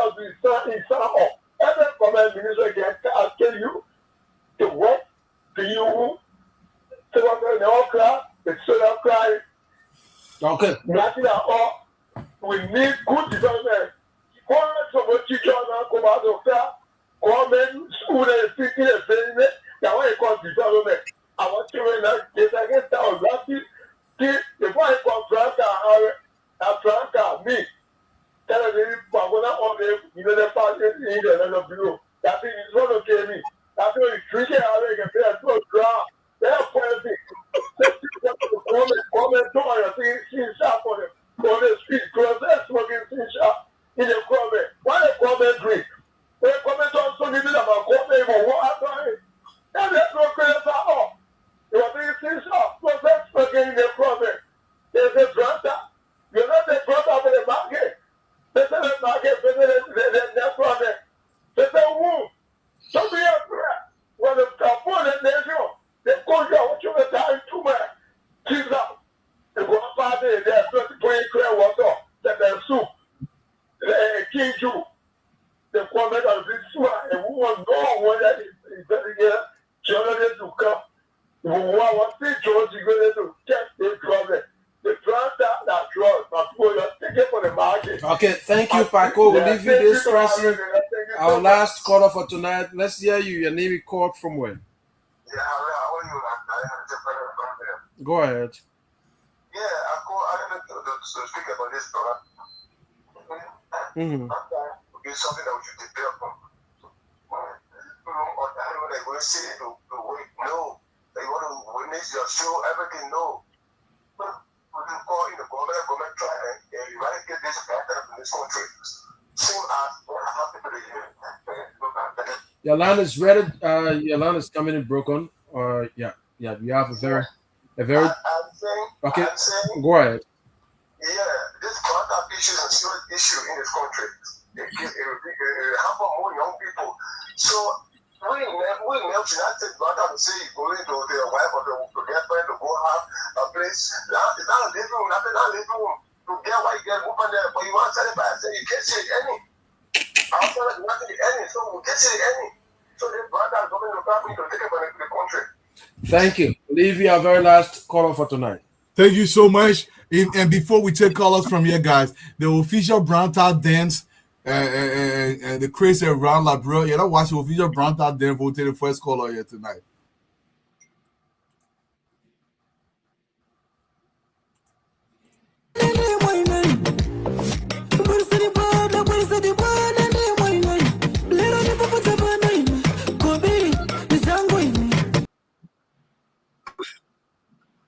The official Brown Towel dance there. But let's take some callers from you guys from across the world. You can call into the show. Let's have your say. Remember that we spoke about 17 here tonight. Okay, we got the first caller here for the night. Caller, your live, your name and where you calling from. How you doing, my brother? I'm good. This is Daniel calling from Dallas. Daniel, you're live. All right. I want to say thanks to the panelists as well. But I want to make this first correction on Cisco. She said that it was President Taylor's time that he banned drip. No, it wasn't. It was during Malaseli's time, 2008. Okay. 2008, that Malaseli banned drip, so it wasn't President Taylor. Yeah. And another thing I want to say again to Cisco is that we know, yes, but during President Taylor's time, anybody at that time that was leading or ruling Labrador, so some way, somehow, they are going to be a dictator. So, I mean, but you can't just come and say, yeah, he was a dictator. I mean, for me, I don't feel so good. You describing your president like Malaseli, one of the worst presidents in Liberia history. I mean, we know that. And so, AB too, I want to say this, AB. Patrick says something and then you try to say no, Patrick was saying right. But I don't think people should be naming people. The more people name people and you don't do anything about it, Liberia and our population is not educated. So guess what? People are going to take those names and people are going to take those people's names and going to scandalize them. At the end of the day, the government don't do anything about it. Thank you. So for me, I think it's better let the national security call them and ask them questions as well. If they got information, they can get the information for it. It will help our nation. Thank you. And that would be a good one. But for the brown top, I mean, let the government do something as well. They can ban it because it's about the future. If 10, 15 years we're trying to take nothing, what happened? But to the next children. Thank you. Thank you, brother. Caller, you're live. Your name and where you calling from. Hello, caller. Caller, you're live. Okay. Hello, caller. Yeah, Galo, how you doing? Hey, Brother Noah, how you doing, my brother? I want to ask Patrick, because Patrick is in Liberia. Patrick, the vexel that was for in Kidmore, in Grand Kidmore, how is it now? How close are they to the vexel? Well, Patrick will answer that, but just speak your piece. I know they You send want me to some answer after the show? people out there. They After just the said call. Sierra Leonean water, but I think the vessel does not come ashore in Liberia. You want me to answer after the calls? What do the drugs issue here? I don't know how other media playing with this, but you know, as a security man who studied criminal justice administration, at least during other precedent days, during Tobert administration, there was drugs box in Liberia. The way the media is taking it, this was not the way it is done now in our country. And let us give the security chance to do their investigation. And to CDC, if you see members, officials resigning from your party, it means something is smelling in your party. Of course. But I don't know how they're looking at it, but they only have done well in our country. Now, Yellow Machine is in Brangida. The former superintendent of Brangida said the last time it was an old machine. I don't know how you would drive, how somebody would drive in there on a dusty road to reach your county if that machine would be, sparkly clean as it was brought into the country. I don't know. Machine is in Maryland. Come on. What kind of ugly politics is that? I think somebody still go need to speak about it. Thank you. Go know more history about it and having something old and something new. And the machines are going to the various counties and other counties, the Bassa. Did you see anything that looked as Ross that was on that thing, Patrick? When you people were there that day, did you see don't mind about that man. That man, you have to say something about the Noah. So, thank you. thank you guys, your prayers on the trust issues, Thank you. especially that vessel. Patrick, I want you to come up on and answer me, please. I'm still in doubt. Thank you. Thank you so much. Thank you for calling to the show. We have another caller here. Caller, you're live. Your name and where you calling from? Good. Yeah, you're too close to your monitor behind you, so there's interference. Can I reduce it a little bit? Yeah, reduce it. Go ahead. Better? Yeah, better. My name is Ricky D. Green Senior. I call from Canada. Okay. Yeah. I want to divert a little bit. When you came on the show, you were talking to the president so that he can, 50 million in the account, in the budget. Hello. Yeah, don't listen to your device behind you. That's why I want you to shut it off. It's delayed. Okay. So what I'm saying, about the $50 million they're talking about. Yeah. So you getting me now? I get you, but if you don't get away from that monitor or shut it off, there will be constant interference. That's what I'm saying. If you go into another room or something, yeah. No, I caught it off. Okay, good. Go ahead. Okay. Yeah. Actually, I want to divert a little bit. Go ahead. You started the show today. You talk about the 50 million. Yep. So my suggestion there, when you not only just say on the show, how do you put a group together like why you guys on the show, Walu, the councilor, Abba, Call, Fatima, all these people, and you meet the president before the budget time come. And because you love for people to when you want to do something, you got to go and deliver, tell him what you can do. That would be a fine decision. So I don't know how you take that. Thank you so much. I've been talking about it from the inception of this administration. We have put documents together, but we take we take what you're saying, and I understand what you're saying. We'll continue to talk about it. Hopefully, we'll put it before them, but we got to do something in the private sector. Thank you so much, brother. Okay, thank you, John. You're live, Mr. Jackson. We'll take this call and 2 more calls to call in. Now, Mr. Jackson, you're live. Yes, John. Good evening to the panelists, Cisco, and Brother Hunter, and you and yourself. No, I just wanted to talk later about that ship off the coast in Robertsport there. You know, Robertsport is one of the main coastline where ships coming from North America going down to, I think, the south.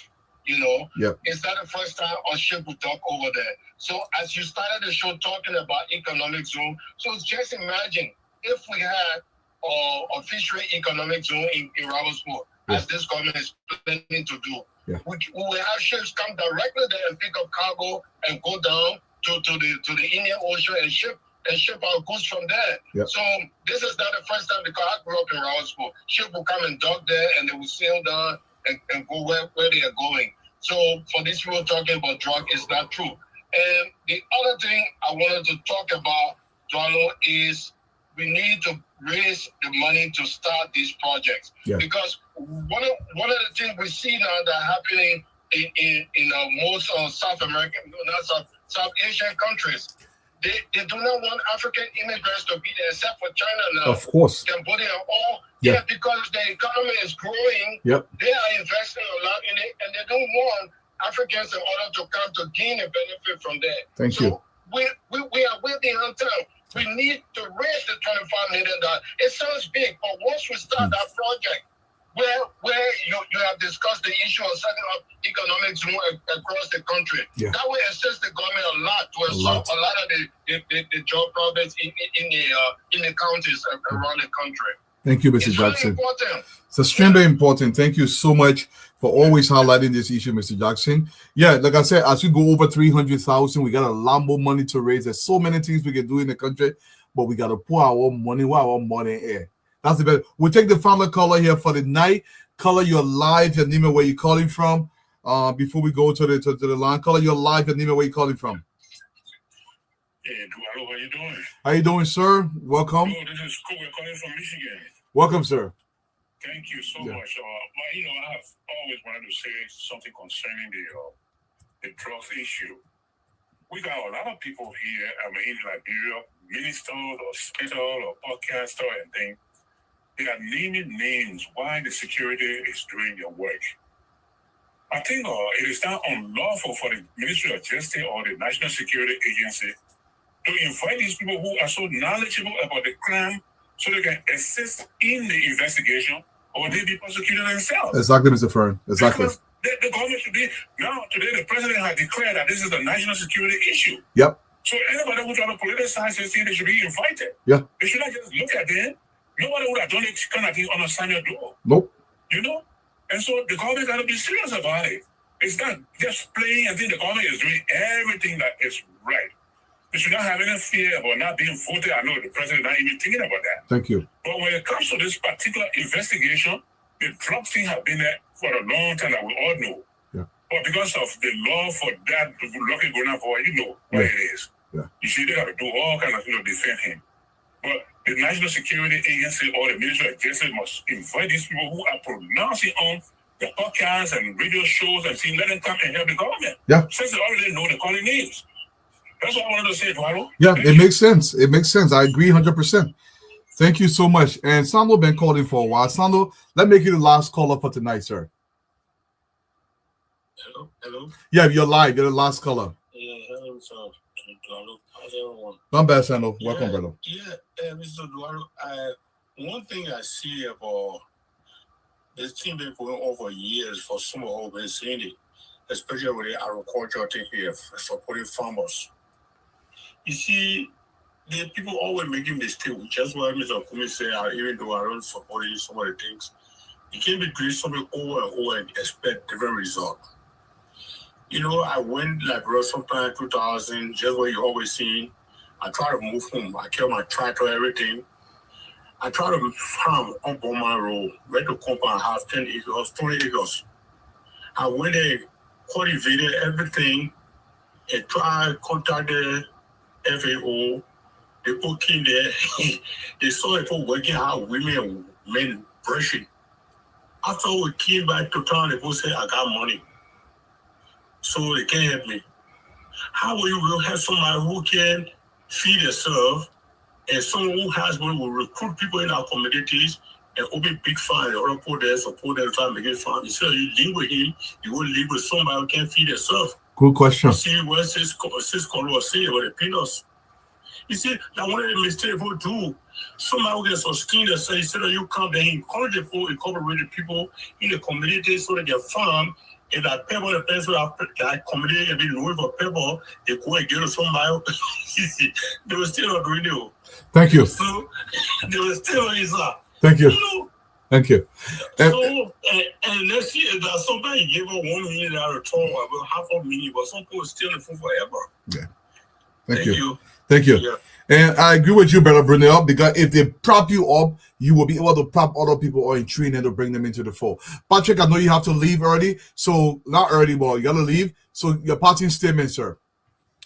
Thank you, Dwalu. Let me say that the evolution of new media, that's what we call it, new media, has come with some positives and negatives. You have now not only social media but AI. While in other countries people are using AI to determine the health, to develop the country, to do all of that, the reverse is happening. Indicative of that video you saw with the two crowd of boys who were saying all kinds of things and they were influencing some people.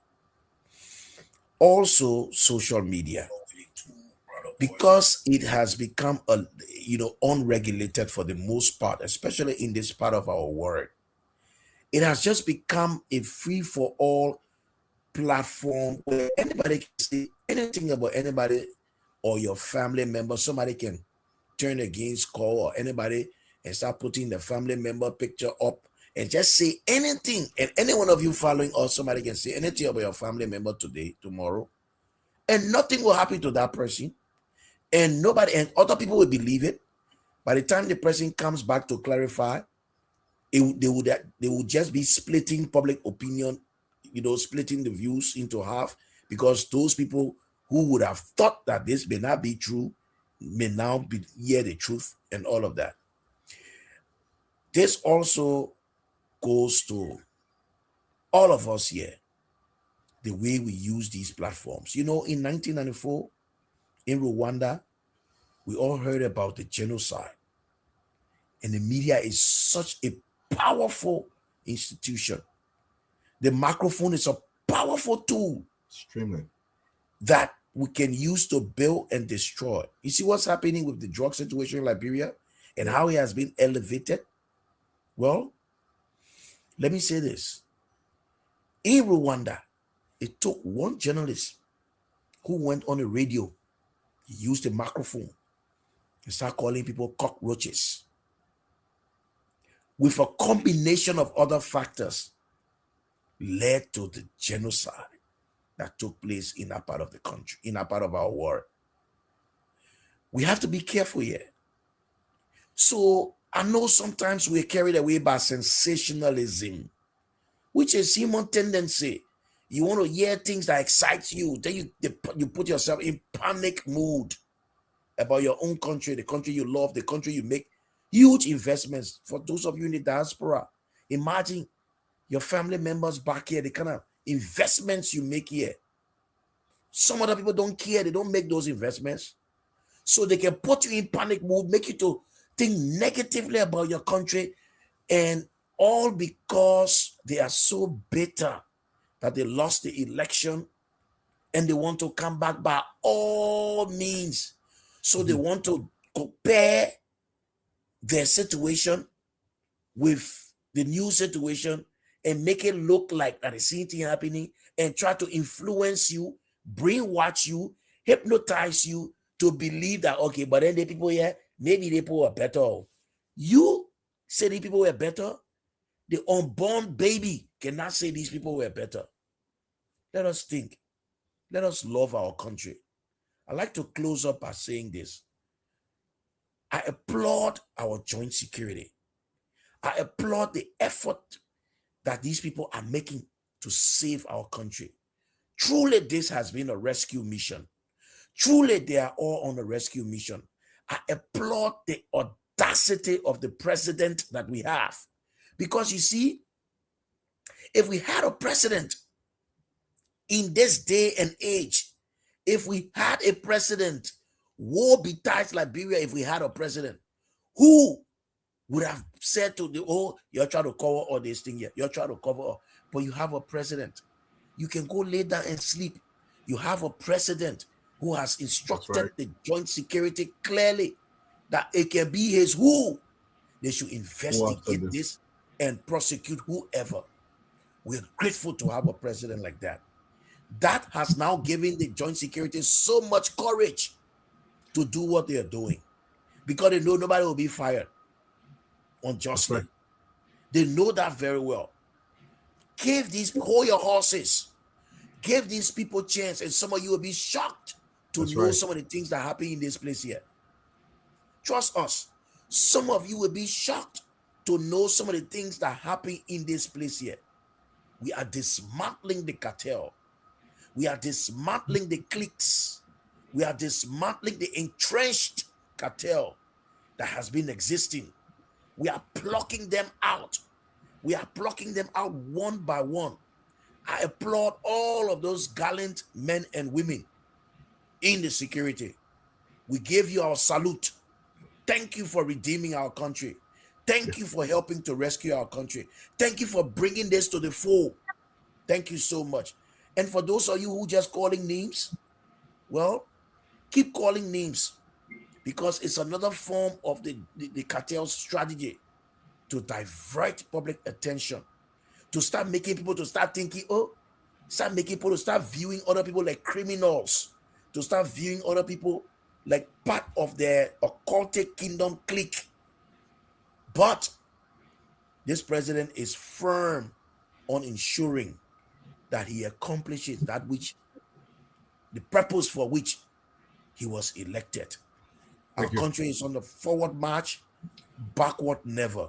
We cannot fail. Failure is not an option. Thank you. God bless you. Good night. Thank you, Patrick, for hanging with us today. You know, when President Weah made the announcement up in Philadelphia, they took the microphones across Liberia today to ask Liberian, what do you think about President Weah coming back? 30 seconds before I come to you, Abraham, to make a parting statement. Let's hear what Liberians saying about President Weah coming back to the country. For what the two is, we pray that. So you are rejecting I said, what Mr. Weah coming to do there? What Mr. Weah coming to do? When President Baga making Dangwa now to pay 5,000 for your grand basso. What Mr. Weah coming to do? That's what they are paying 30,000 to go grand basso. So you are going to pay 40,000. How we are coming back? How we are coming back? Our rolling is for food is Bible. How we are coming back? Our yellow machine. I think this could be because of all of the country. How we are coming back? How we are coming back? Come on, solution. For what the two is, we pray that. So you are rejecting. Mr. Abraham, your party statement for the night, sir. Donald, let me say thank you ever so much for holding this Many Word Talk Show. And let me say thank you to all of our viewers, all of our followers for making sure that you come here to listen to us. But Donald, it's just laughable. Like Minister Pierre said, you know, maybe President Weah had his own life. Maybe he cannot determine what will happen tomorrow. But no Liberian will like minds will be able to vote that man in power again. Ever. Never. So this is a good thing to tell you that this president is actually working. If someone can be able to resign from your party, then you're talking about coming back. Then you're talking about reconciliations. But anyway, let me say kudos to the joint security for working tirelessly in the interest of the Liberian people. I know that people in the media war that they falsely accusing these gallant men and women who have decided to choose to serve our country. But other people see it differently.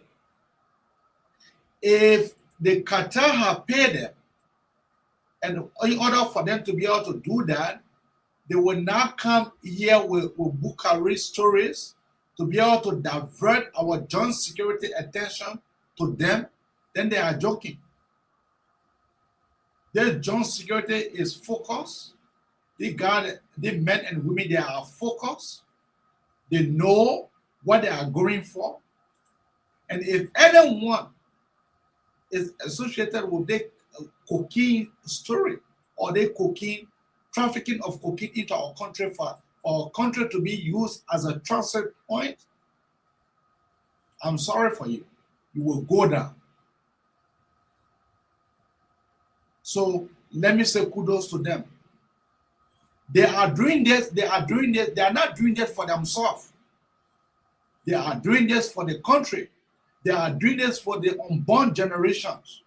They are doing this for the young ladies, the young girls and boys who are born yesterday and today. So Dwaru, let me salute you. Let me salute Endecom for also bringing us sensitive information by making us for some of us for us to be able to know our history. What Endecom is doing here is not something small. It may look something small to her, but it is not something small. For Endecom to be able to abandon her job, for her to be able to leave everything and come here and sit down and be able to go into the historical analysis of our country, it is not a small job. Let me say, Endecom, thank you ever so much. Only God will pay you, and thank you. And God will see you when I see you. Yes, sir. Thank you so much, Abraham, for joining us today. Carl, the floor is yours. I'm trying to download your stuff. For some reason, there's a little hesitation. But begin speaking as I upload it. Yeah, thank you very much for your kind words, Abraham. This is a hobby, a lifelong passion, a hobby of mine. So I kind of feel uncomfortable when people start praising me. I'm like, wait, now having fun. I actually enjoy being a student of history and a collector of old things. But one of the video that I'm showing Dwalu that you're going to download is of Nigeria's first president when he was young. He was still a student before Liberia was before Nigeria was independent. Nnamdi Ezekwe, and what he said about Liberia. It's a 4.5 minute video. But the reason I want to share that video is because we constantly have to be reminded of what Liberia is. There's been so much overwhelming hatred and slander against our country that we've internalized it and we're running with it. It becomes a situation where people are not smart unless they badmouth Liberia. They don't feel that you're intelligent unless you wash your mouth on Liberia. Right. People who otherwise seem to be relatively intelligent, they come out and make the most ridiculous claims against our country. Things that don't, in my opinion, make a whole lot of sense. But then they'll say, well, when I present something with evidence, they'll say, but what about the other side? What do you mean, what about the other side? Every situation with history is complex and nuanced. Only Liberia focuses on this 1970s repeated narrative that came about, to justify what later became the coup. And if we don't go back to the fork in the road where we made the wrong turn and reassess ourselves, re-examine ourselves for ourselves, we're going to have some problems. And I see it becomes in vogue. It becomes a trend to just get up and cuss the country. Our Independence Day, oh, what about our independence? Who does that? Who does that? You know, or the country's independence, they're coming out attacking the country. You know, Liberians in 2026 are still running around with Congo country narrative. When there's so much evidence that shows how much we're intermarried with each other and all of these things, they don't care. Because once you're programmed to repeat something over and over again, it just becomes second nature to you. And then even when you hear the truth to the contrary, it infuriates you. How dare you shift my paradigm? How dare you make me think differently? Nobody wants to accept that the way they see the world may not be right. The way they see their country may not be right. The way they see their country's history may not be right. But this video is a compilation of information. Please pay close attention. The first part of the narration is being read by my mentee, Paul Saley. Shout out to Paul, and he's such an articulate young man. So I like when he reads some of these old letters and publications out loud for people, because his voice is very easy to understand and easy to follow. But go ahead and push play, Dwalin, and we'll maybe say one or two things about it. From an address delivered in the Abyssinian Baptist Church, New York, on November 10th, 1931, during the annual meeting of the Association for the Study of Negro Life and History, 26-year-old scholar Nnamdi Ezekwe speaks. The eyes of the world are on Liberia. Men without appreciation for the contribution of the Negro to modern statesmanship are content to criticize this African republic without deep thought on the onerous duty of statecraft. Greedy nations are lurking and watching Liberia like hawks. In this hour of despair and universal condemnation, Liberia needs to take seriously the political philosophy of that great Cuban Negro, Senor Rafael Serra, who warned that it is necessary for the government to exercise more urban and poor treatment and less oppression, but let it go up so as to safeguard the security and liberty of the individual and the nation itself. Ladies and gentlemen, I submit that 84 years of political autonomy are not sufficient to pass a final judgment on the political incapacity of the Liberian Negro. Dr. Woodson states that Liberia's first century compares favorably with that of the colony of Virginia. While Liberia encouraged education and social uplift, Governor William Berkeley was narrow enough to thank God that there were no free schools or printing presses in the province.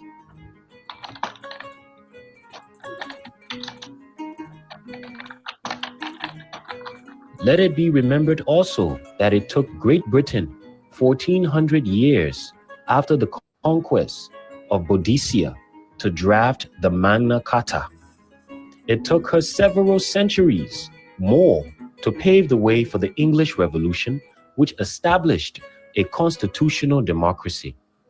It took France 1800 years after Caesar's conquest in Gaul to dream up and effect the French Revolution, thereby founding a government of the people, for the people, and by their accredited representatives.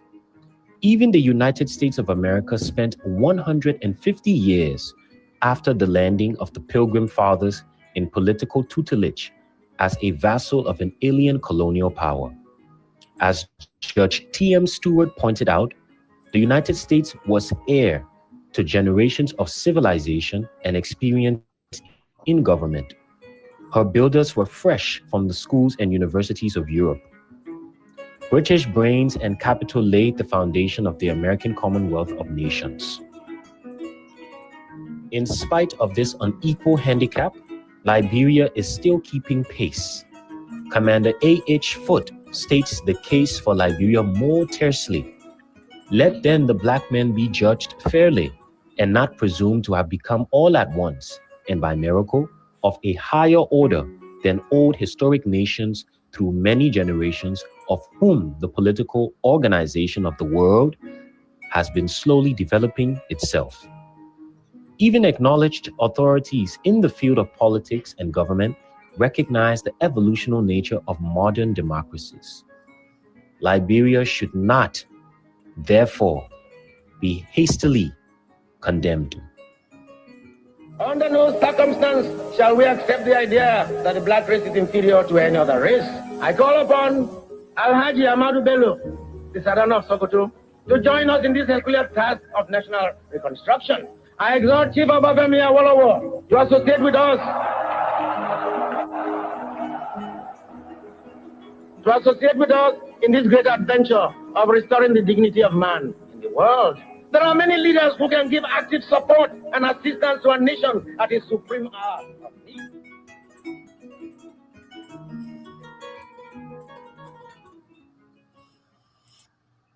Okay, cool. Yeah, Namdi Nzikiwe, that was his actual voice at the end there speaking. And I couldn't. No, uploading. that's okay. Now the people listening on the radio would not have been able to see it anyway. Yeah. But Namdi Nzikiwe is one of those great African leaders that is so underrated and understudied, maybe because of the way he met his demise. Yeah. But he was brilliant. And as a very young man, the words that were narrated, his words that were spoken by Paul Celie, basically in defense of Liberia. And why would this young man from what is now Nigeria, because this was written by Nnamdi Azikiwe before Nigeria became a country. Why would this young man be speaking so highly of Liberia? Why did Amase Couture speak so highly of Liberia? Why did Kwame Nkrumah? Why did all of these people speak so highly of Liberia? It's because Liberia was a beacon of hope for them, for freedom for their own countries. Mm. And they saw Liberia, as he said, as that example, and that if Liberia failed, Africa would fail. And so they were looking to Liberia to not fail, to prove that Africans can govern themselves. This is who we are. This is who we have been. This is what we represented to the rest of Africa.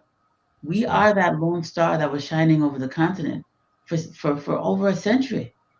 And I think we need to be reminded of that constantly. We need to be reminded of the role that the people who came before us played for the world. And, as I sit and I watch a debate between H.B. Fambula and Ian Yap about progressive era this, and, I'm reading it back and forth and I'm thinking to myself, why are we looking at Liberia through such a narrow lens? True about it. What are they talking about? What are they talking about? Do you see the enormity of the state, of the role that this little republic has played in African world history? How can you be an Africanist? How can you be a Pan-Africanist and not understand that it was born under that flag that we like to say we detest? This flag is older than Garvey's flag. This flag is older than Nigeria's flag. It's older than Ghana's flag. Ghana took the Lone Star black. They made it black, but they took it from us. We sit here every day and want to compare ourselves to people who have built themselves in our shadow. How can we, the mighty Liberia, the mighty Lone Star of Africa, forget who we are to such an extent that we allow others,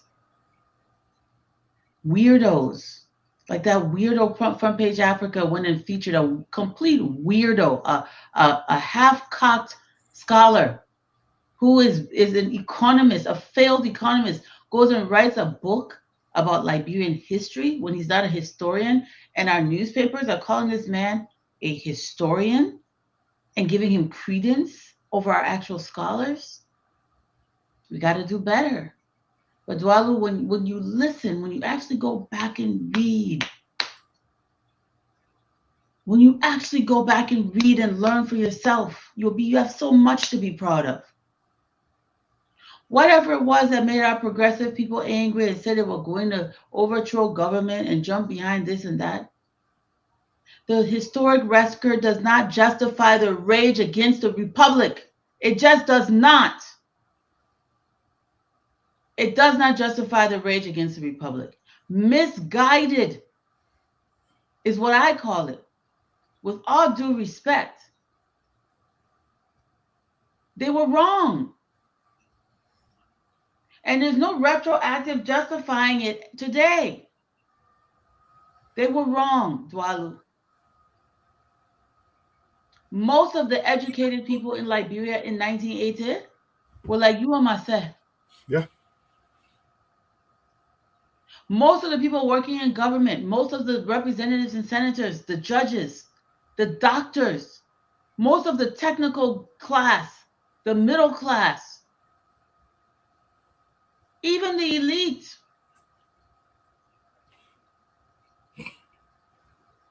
You're talking about privileged people. Every one of them were privileged people. How many so-called American Liberians lived the life that H.B. Fambula lived? He went to the best schools in the world. Yeah. Under the True Whig Party regime. His father, a legacy aristocrat, indigenous. Du Fambula, son, was oppressed? He was not.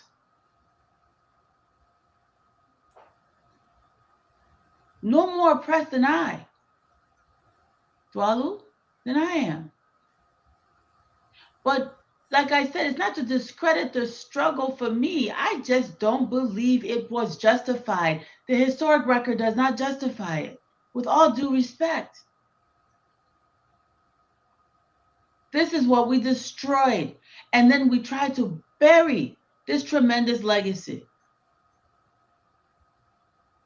We've got to tell the truth. It was wrong.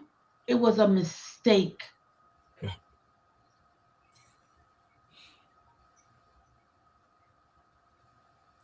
And that's my own opinion, Dwalu.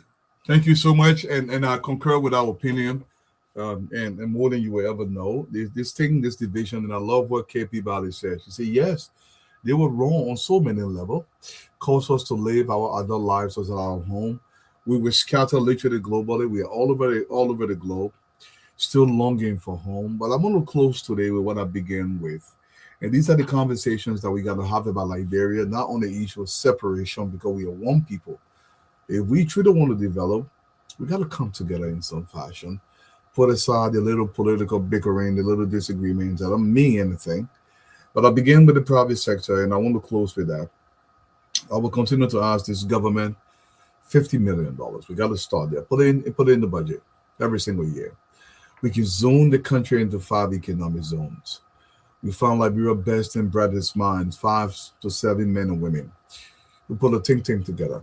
And let's start to build Liberian industries in these regions. Government can barely employ more than 40,000 people. The mere fact that people still look to government for everything, it will continue to burden this country. We've got to build industries across the country. Look, Tubman University is putting out graduates, tons of them. If you go to Grand Jita University, it's a community college, I believe, they're putting out graduates. In Nima, they are putting out graduates in Nima County. If you cannot community college, they're putting out graduates. It's technical schools. I think in Monrovia now, if I'm not mistaken, we have about 7 universities. Could be more.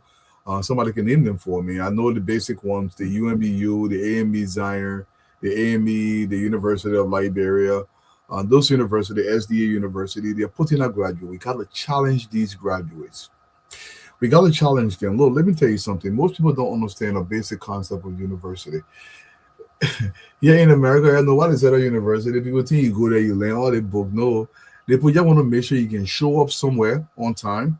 You have basic discipline to learn a study of skill, and then when you get into the private sector, you can hone that skill into something of worth. In Liberia, when the men graduate from LU, you speak Bibo. I want you to speak Bibo. I want you to transform Pepe into a bottle pepper that we can ship and we can sell and we can grow an economy. If you tell me you study English, I want you to start proofreading 16 websites that has been developed across the country to monitor our location, so you become a proofreader on these websites to develop and increase them. If you study computer science, let's put you to work. Let's do something in the country, Mr. President. We must build the private sector. This is the only dream that I have for Liberia, is to build the private sector, because I believe if we make that turn and really develop the private sector, even if we start in the very basic stages, gradually our children will come and take it to level 2. But we got to start it now, because these men and women must go to work. Look, something is happening in the country. When we talk about the brown top, it's because the family is not together. Most of the men in the country, they will run away from the wives or from the women they have children with, because sometimes they cannot support the child. And this woman is left with that child. You cannot pass on proper Liberian customs and traditions when this home is being headed by one individual who does not have the means to really develop a proper Liberian child. We need a man and woman in the home. I want them in the home in Sesto. I want them in the home in Barclayville. The man get up, he goes to work, baby. The woman goes to work in an office downtown Barclayville. She works at a local center, or she works in administration at some company out there, and we can expand our country. But the family must be there. I can guarantee you there is no freaking way a proper family in Liberia where the man has a job, the woman has a job, they will let a child go outside and be drinking brown top. I guarantee you it will be nearly impossible. There will be order. When I was a boy in Buchanan, you want to tell somebody, daughter, you got to go to the pa, ma, 26, 27-year-old before you even get lucky to go to somebody's daughter. You would even lay come near the daughter. That was the kind of structure that was there. To restore that structure, we need the Liberian family reconstituted. But we must provide jobs in the country. These jobs must be regional. They must distribute across the country. If we look at the east, southeastern portion of the country, we find a great industries in our location. We expand our industry. We develop that industry. We build great big cities in the southeast. We look to Western Liberia, something similar. We build it out there. We look to the mighty Nima County. The potential is huge in Nima County. We look to Central Liberia. You go into Bon County. It is a massive and strategic location that we can expand and grow our tax base. But we got to do this to the industry. We got to do this to the industry. And this is what I'm going to continue to ask my government. We got to find a way to put some money in there and put a thing together. Let's expand this economy. Let's grow the Liberian tax base. But most importantly, let's put men and women to work so Liberia can grow.